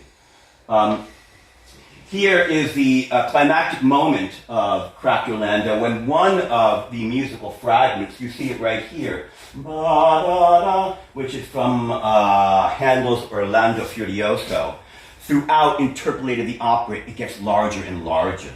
And you see that phrase up there, is represented by the one box. Here you have an overlay counterpoint of 2 by the, I hope, dramatic climax of the work. We have this. You can see how that's a chunk later down in the triangle unfolding here, in which you end up with this type of counterpoint. Another interesting automaton for Wolfram is 30. This is one that he is absolutely fascinated with. In fact, he has a competition out, I think for about $30,000, if any mathematician can crack how it works. Again, it's a very simple type of code, depending on if you have one cell here and it touches another one, whether it comes on or off. I won't go into that right now. But it looks chaotic, and if you actually see more of it, you begin to see replications or recursive patterning. So it also has a type of structural fractal quality as well. I found this, when applied to music, creates very interesting types of contrapuntal textures. And then finally, the third one that I would like to talk about, because each of these 3 automatons that I'm talking about, watch my Latin here, automata, that I'm talking about right now, are applied to the little micro movements of the guitar pieces that I'm going to show you in just a moment. Perhaps the most significant for me is an automaton that was really developed, I don't want to say discovered, because they would claim, well, they're always out there in nature. Edward Fredkin's the mathematician, so-called Fredkin games. And there's very little about this particular one in the literature. When I stumbled onto it in the early 90s, it immediately captured my imagination. It's not so much the idea of a cell that will unfold thusly down, but rather will work in 2 dimensions and grow outward. It deals simply with the idea of only replicating or having a new cell if you have, of the 4 neighbors you have, north, south, east, west, an odd number. So if you have a box and there's an empty space right here, it's 1. If there are 2 touching it, it won't come on. If there are 3, it will come on. If a cell is already on and it has 3 neighbors, it stays on. If it has 2 neighbors, bye-bye. And it creates an interesting type of complicated growth. But one of the things that's really interesting about it, and again, I think it kind of defies intuition, is that after a certain number of replications, it will replicate itself by 4. And then that, after several, I've skipped many here, it will replicate 4 times 4, and then 4 times 4 times 4, and 4 times 4 times. And I'm sorry, you don't have to be Schenkerian to kind of get jazzed up by that idea that you can have a cell, think of it musically as a motive, and then all of a sudden you've got the motive in 4, and then motive. Now, how you're going to deal with that compositionally, knock yourself out. That's called your style. With a very interesting type of phenomenon. With regard to how that can work musically, here's a very basic idea. This is actually from a book about Cracked Orlando. You see the motive up there at the beginning. You see how it's been mapped right here into the x, y coordinates here. And then you see how it's going to be replicated here musically from one to the other. Here's another example. Now, I touch right away, and I think you can probably begin to infer that the graph paper here represents a pitch space. And so, again, that is an interesting area that can be expanded. I think for us, classically trained composers, the idea of each box representing a semitone is the most logical. But it can go in either direction. In my piano concerto for Bob Taub, I have one movement which is based on every box is by perfect fifth, the wolf tone up here, by third, by diatonic, and then semitone. And you can see right here what's going on is that it is all pretty much diatonic until it gets to the outer levels here, and then it goes into microtones. And so, again, an interesting idea. If you think about it visually, here's the music, diatonic, and the end dendrites, if you will. These are all in a microtonal realm that we have right here. I want to play you one right now. This is a piece, and I think if I do this, it won't jam. So, the 4 little automatons I wrote during COVID, when we were all dealing with our own versions of creative TikToking. And I wrote a basic motive. I think it was actually with a random number generator that I discovered online. And so I wrote this tune, and you'll hear the tune. What happens then is the tune will repeat. And each time it repeats, it will get larger and larger because you'll have overlays of it. Imagine that one box right here, that's the motive. Yup, bop, bop, bop, bop, bop, bop, bop.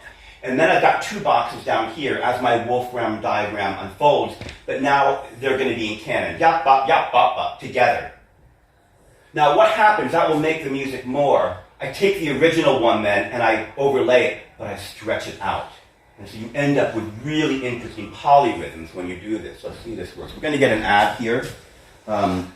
Because I'm so popular now. It's not really why no one laughs, but you understand. Thank you.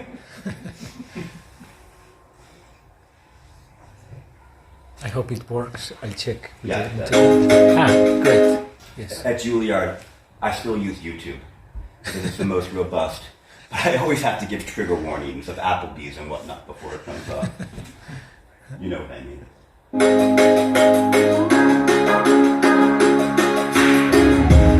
Sorry.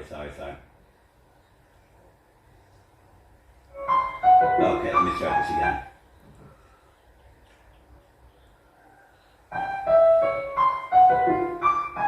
Okay, so that's the motive right there. Now listen what happens when both of them come together representing the 2 box on that Wolfram Rule 30, I believe. So here again.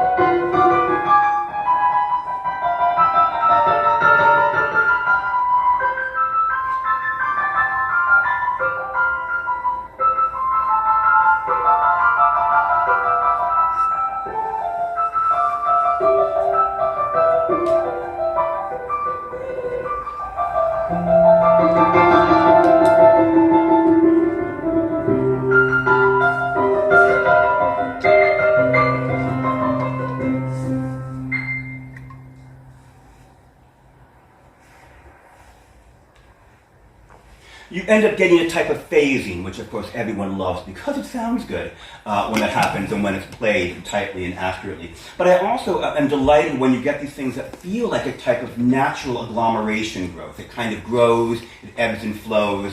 It's not just this type of accelerando. But you can also hear there are a lot of almost cluster moments, and those are when you have cells upon cells upon cells that are occurring. Let me go back here. Now, I'm going to play you now just a fragment.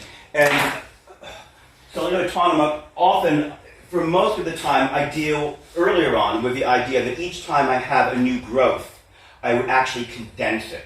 which means that you end up with these types of nested rhythms that you have. And it creates a more frenetic type of sound. I think it's very kind of logical in how we think about the idea of growth, that you constantly are going to fit it into this tight spot. This particular work right here I wrote maybe 15 years ago. It's based on a fragment, or fragments I should say, from the Bach Oratorio Cantata. But it gives you an idea of how these types of growth can occur. I'd only mention, just listen to it like you hear the original artifact of Bach in there. It's quite clear. But you'll hear this type of like ivy growth on top of it, which is the automatomic, I just made that up, counterpoint that occurs. Let's see what happens here.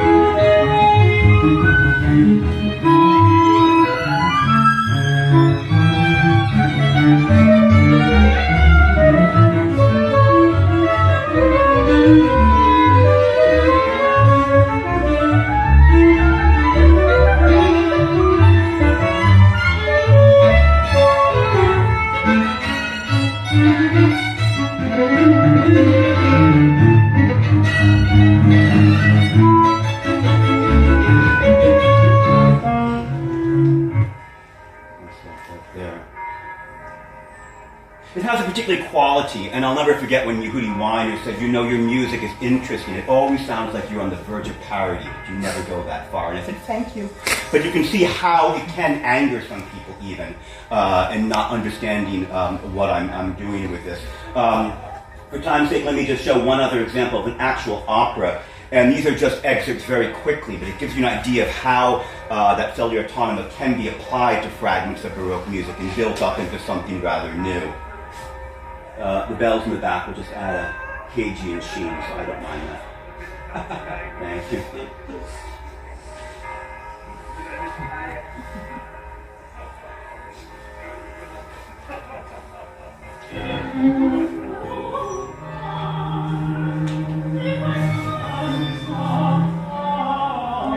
It's actually Kareem Suleiman, who's doing quite well right now.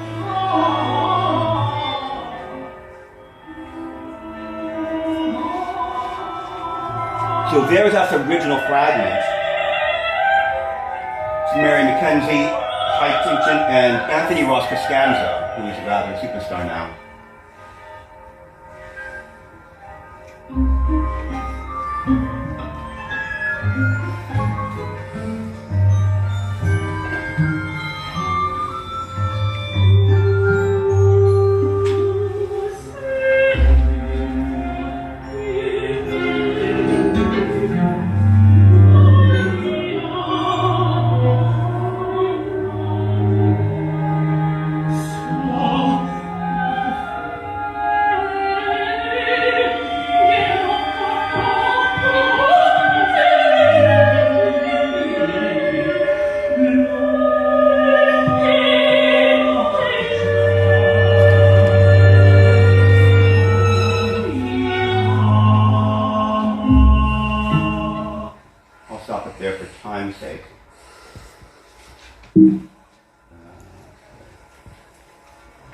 And so all of the counterpoint you heard there, the original source was going to be tonal, if not modal music.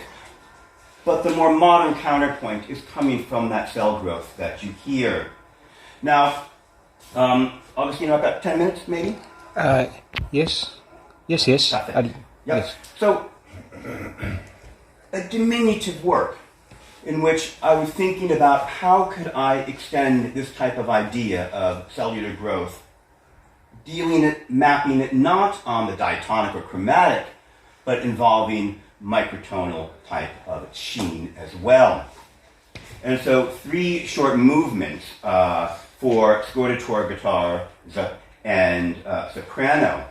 Now, Augustine, when you came, at least how I interpreted what you did, was really quite interesting. And it was a real, kind of shift in thinking about retuning. It wasn't just taking the strings of the guitar and tweaking them slightly, but a real kind of rethinking about the type of mode projection and how that would work. Of course, guitars are particularly facile with regard to microtonal projection because there ain't no line there. I mean, there are frets there and they're easily tuned. You can't tune these pianos quickly, and we'd get in big trouble if we did. But the idea of guitars, it can be done relatively quickly.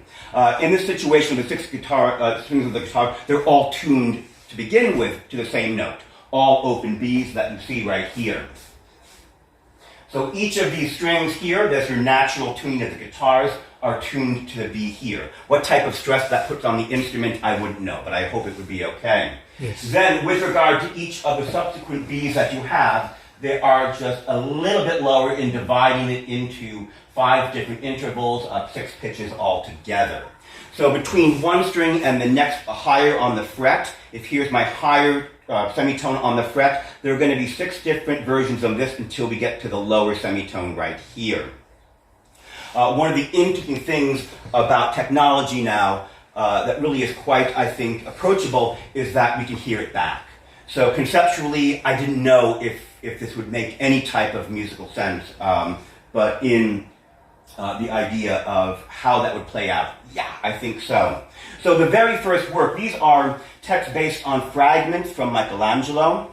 Michelangelo was a notable poet and really took his work quite seriously. There are many surviving sonnets of Michelangelo, but also fragments, which I find quite compelling. This first one's kind of a downer, dark is a dark prison. And so in that, the entire piece is based on G. And so here you see each of the new variations or generations, if you will, from the Fredkin's game. There's your first note. All of these are even, so they come on. The dots are the next one, then the bigger circles, then here is another generation. Then we have right here is a generation after that. Then, so it doesn't get too messy, I take this right here, and that becomes a box there, and then I grow it out further. Because it's just one note that you have right here, the pattern is entirely symmetrical, like a snowflake. In that music, we can see the unfolding of it right here. And so with regard to the Scordatura, why not play it safe? Every one of the strings has been notated in what it would be played on and where that G would be played. And here we have the soprano line on top. If I were to do this in a diatonic or chromatic, you would have this type of growth that you hear spanning out like a cluster. But because it is so tight, it has more of a timbral type of growth, which I find really compelling. That cellular autonoma affects timbre, not pitch. And that is a thing that I've been thinking about for a long time. And I finally am kind of happy that I'm getting closer to it. Yeah, it sounds kind of like Macam, but what's wrong with that that we have? So,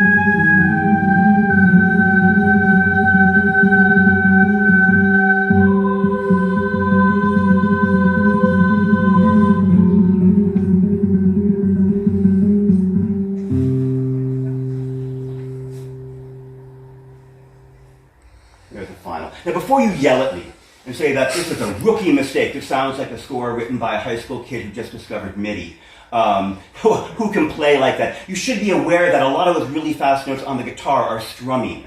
So yes, it would be played a little bit slower, more natural, but I wanted to kind of create that sense of that, the interesting technique that this new type of tuning can give you.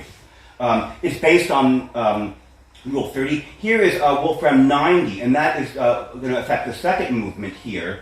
And in the second movement, you can see here, I've actually given you the actual pitches that you'll hear, and then on top you have the Scordatura and how that would look on the guitar here. The vocal line on top does feature quarter tones, but nothing tighter than that. For time's sake, let me just see if I can play this. Yeah.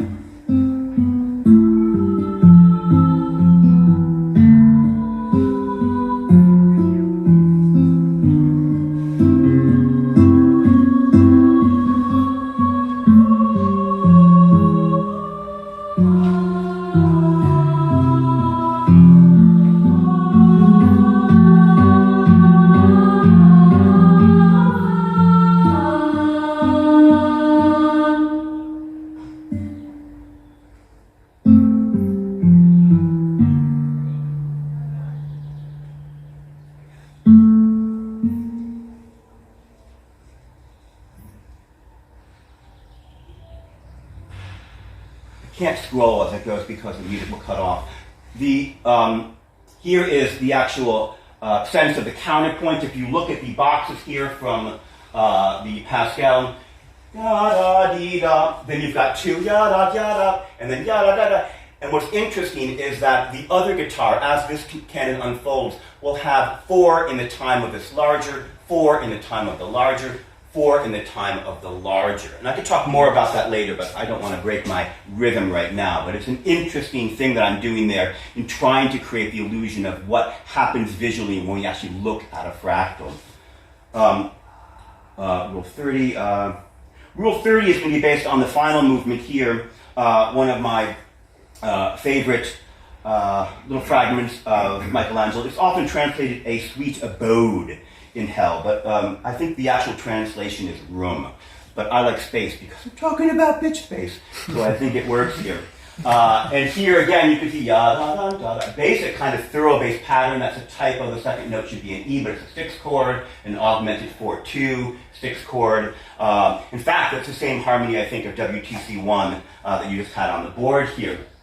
And again, what I do is each time the guitars get larger because there's an actual a new cell that's added, the voice line will just be stretched out. That gets very complicated. You end up getting ratios like 32 in the time of 34. In the opera I'm writing now for Montreal, I have incredibly complex ratios, like 64 in the time of 62. No one can play that. And you might think, well, can you even hear that? But what I do is I quantize it into 30-second notes. And by gosh, you really can hear it. It's really quite remarkable. So these ratios in the voice get longer and longer, but just slightly.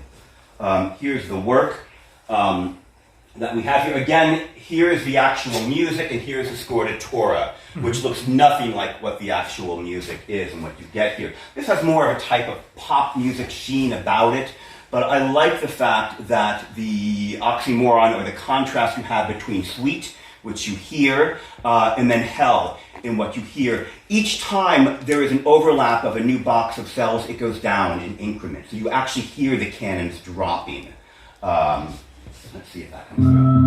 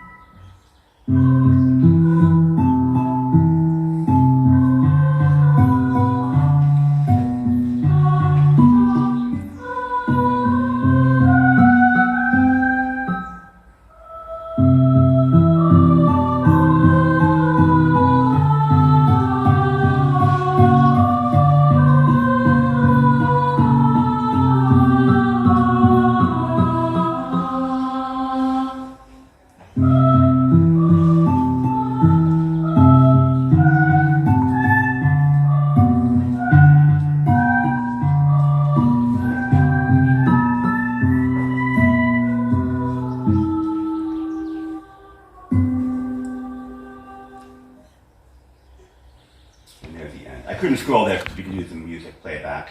And here it is. And so this is where you have all of the cans overlapping, but each one drops down, type of cascading down.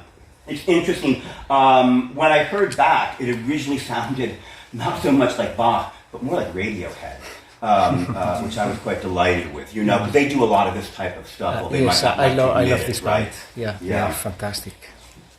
So anyway, I wanted to keep it tight and just share with you some of the world that I've been working with in this particular one with Cellular Automata. It is an interesting one in which that it constantly is showing or revealing new opportunities. And now with regard to this concept of a microtonal realm, I feel, it's an interesting Freudian slip, I fear and feel that there are all kinds of new avenues to explore. And for that, I'm excited, and for that, I also thank you for your time.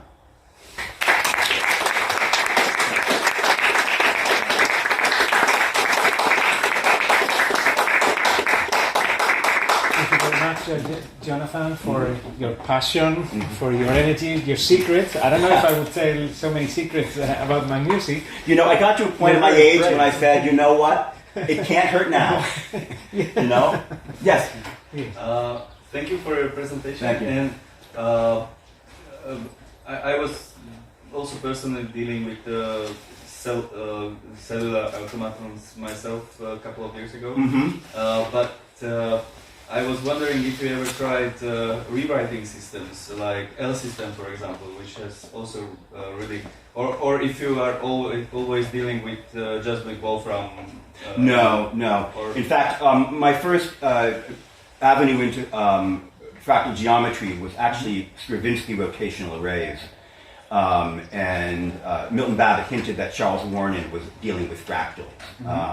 And that was an infamous moment when I turned to Milton Babbitt and said, hey, what's a fractal? And you know, then the rest was history. But no, I have used L systems, but not really. I don't think there's a single composition that I actually do that. But you know there's so much out there.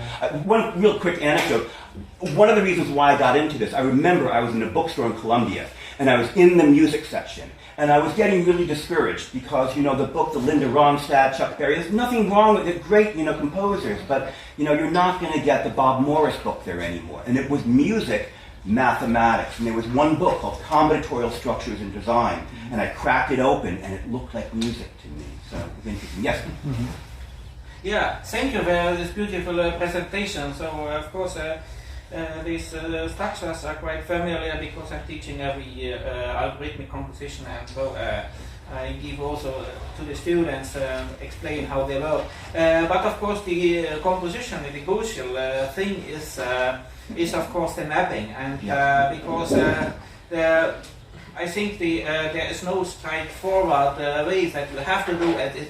It is just a point where you start with your creativity. I see you use every square and map and motif on it and use it in time. But of course, you can turn it 90 degrees. You can count the squares and make rhythms and everything there. So I think there might be even mapping methods I cannot imagine by myself. I've used squares sometimes to be analogous to super arrays in array structure. So a square would actually equal a whole chunk of music. Yeah. I turned away from that because my music just started to sound like Charles Ives. But you know, one thing about mapping that I tell anyone who's doing this, what you really need to study is Fuchs, species counterpoint. Yes. You come to this without a type of craft of Western music. You don't have to. But I think you really need to kind of bring to it that tradition, and that's when things start. Counterpoint. Yeah, well, on so many things, right? Yes. Thank you very much for the presentation. It's very interesting, the composition line. I just say it's not a question, it's like a comment. I don't know if you're aware, but Walter Smetak had one guitar that he tuned frequencies in a way where he tuned all the 6 strings in B, starting from B flat, and then every 20 cents one, and those B natural, and he calls that gifted guitar, and it reminds me a lot. Of course, the way of using it were completely different in the composition wise. But I kept having to stop and say, well, wait a minute, what's going on? Because it's so foreign, this Scordatura, that for a while I was doing anything backward. But It's very excuse me, what year was that composition? He used it mainly for improvisation. Yes, so but I don't know that. what- I don't remember. I can get some like in the 20th century, but I don't remember exactly when. Okay, because I started using this idea in 1996. Ooh, showdown. And before this, I think it was like around the 60s. Can you copyright a tuning? I don't think so. Okay, Yeah. so it's a first example I hear before that. This is why. No Okay. question right here. Yeah. Yes. Very much. I mean, it sounds very attracting because, I mean, for me, the last part of tuning really like compressed spectra in a tonal sense. Yeah. Because you go the lower register, it's like a stretched, I mean, compressed overtone series. That's one thing I wanted to mention. And I've seen that Xenakis used Cellular Automata for I've studied steel that. harmony. Yeah, frustrating. Okay. Yeah. Ligeti also mentions that I think in the third movement of his piano concerto, he uses the Koch star. I mean, but yeah, good his luck approach finding was- it. Yeah, his approach was like a harmonies, but not like the rhythmical. One of the problems I've noticed in this whole area is that a lot of people who deal with algorithmic composition don't really have a musical background, so they're crunching numbers. Just be aware that you're still composing doing this. And a lot of times I work things out and it sounds like crap. And you have to back up like any other type of system you have. Another, on the other spectrum, I've noticed a lot of composers who claim to be fractal composers, but they're just kind of doing the idea of replicating things. But how is that not music in general? You know, all music. I mean, my meaning was your rhythmic approach was very fascinating because it sounded like canons. Like a little bit of different sense from Dan Caro's or other composers. But your approach is like more of a hocketing, but in a delay. Like. Yeah, I appreciate that. I do think the hockets that you get, especially from the different automata, like Rule 30, gives you really interesting different types of patterns. So there's one piece that's online where I take a suite by Rameau called New Suites, and I apply Cellular Autonoma. And that's on YouTube, you can find that. And the counterpoint is really bonkers. You know, as composers, we always look for constraints, and from any time period, you want to find the constraint that will not confine you and suffocate you, but at the same time allow you to have enough freedom to actually create art. And whether using the constraint of tonality or 12-tone writing or algorithmic, it's really finding that balance. You know, I had a dinner party once with Charles Warren, I don't know if that name means anything to anyone. Yes. And, a couple glasses of wine in, he was joking with me because he said, you know, why do you need systems anymore? Why don't you just write with your feelings?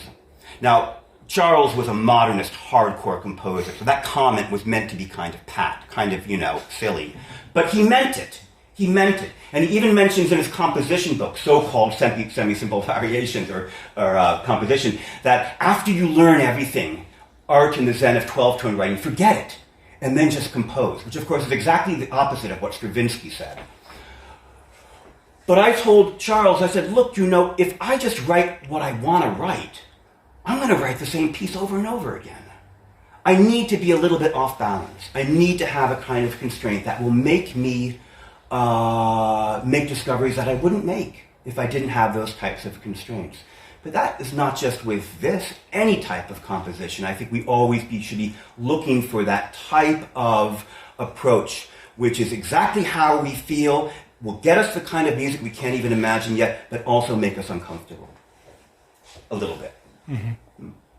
Well, thank you very much. Thank you. Thanks so much. Thank you, Jonathan. Yeah.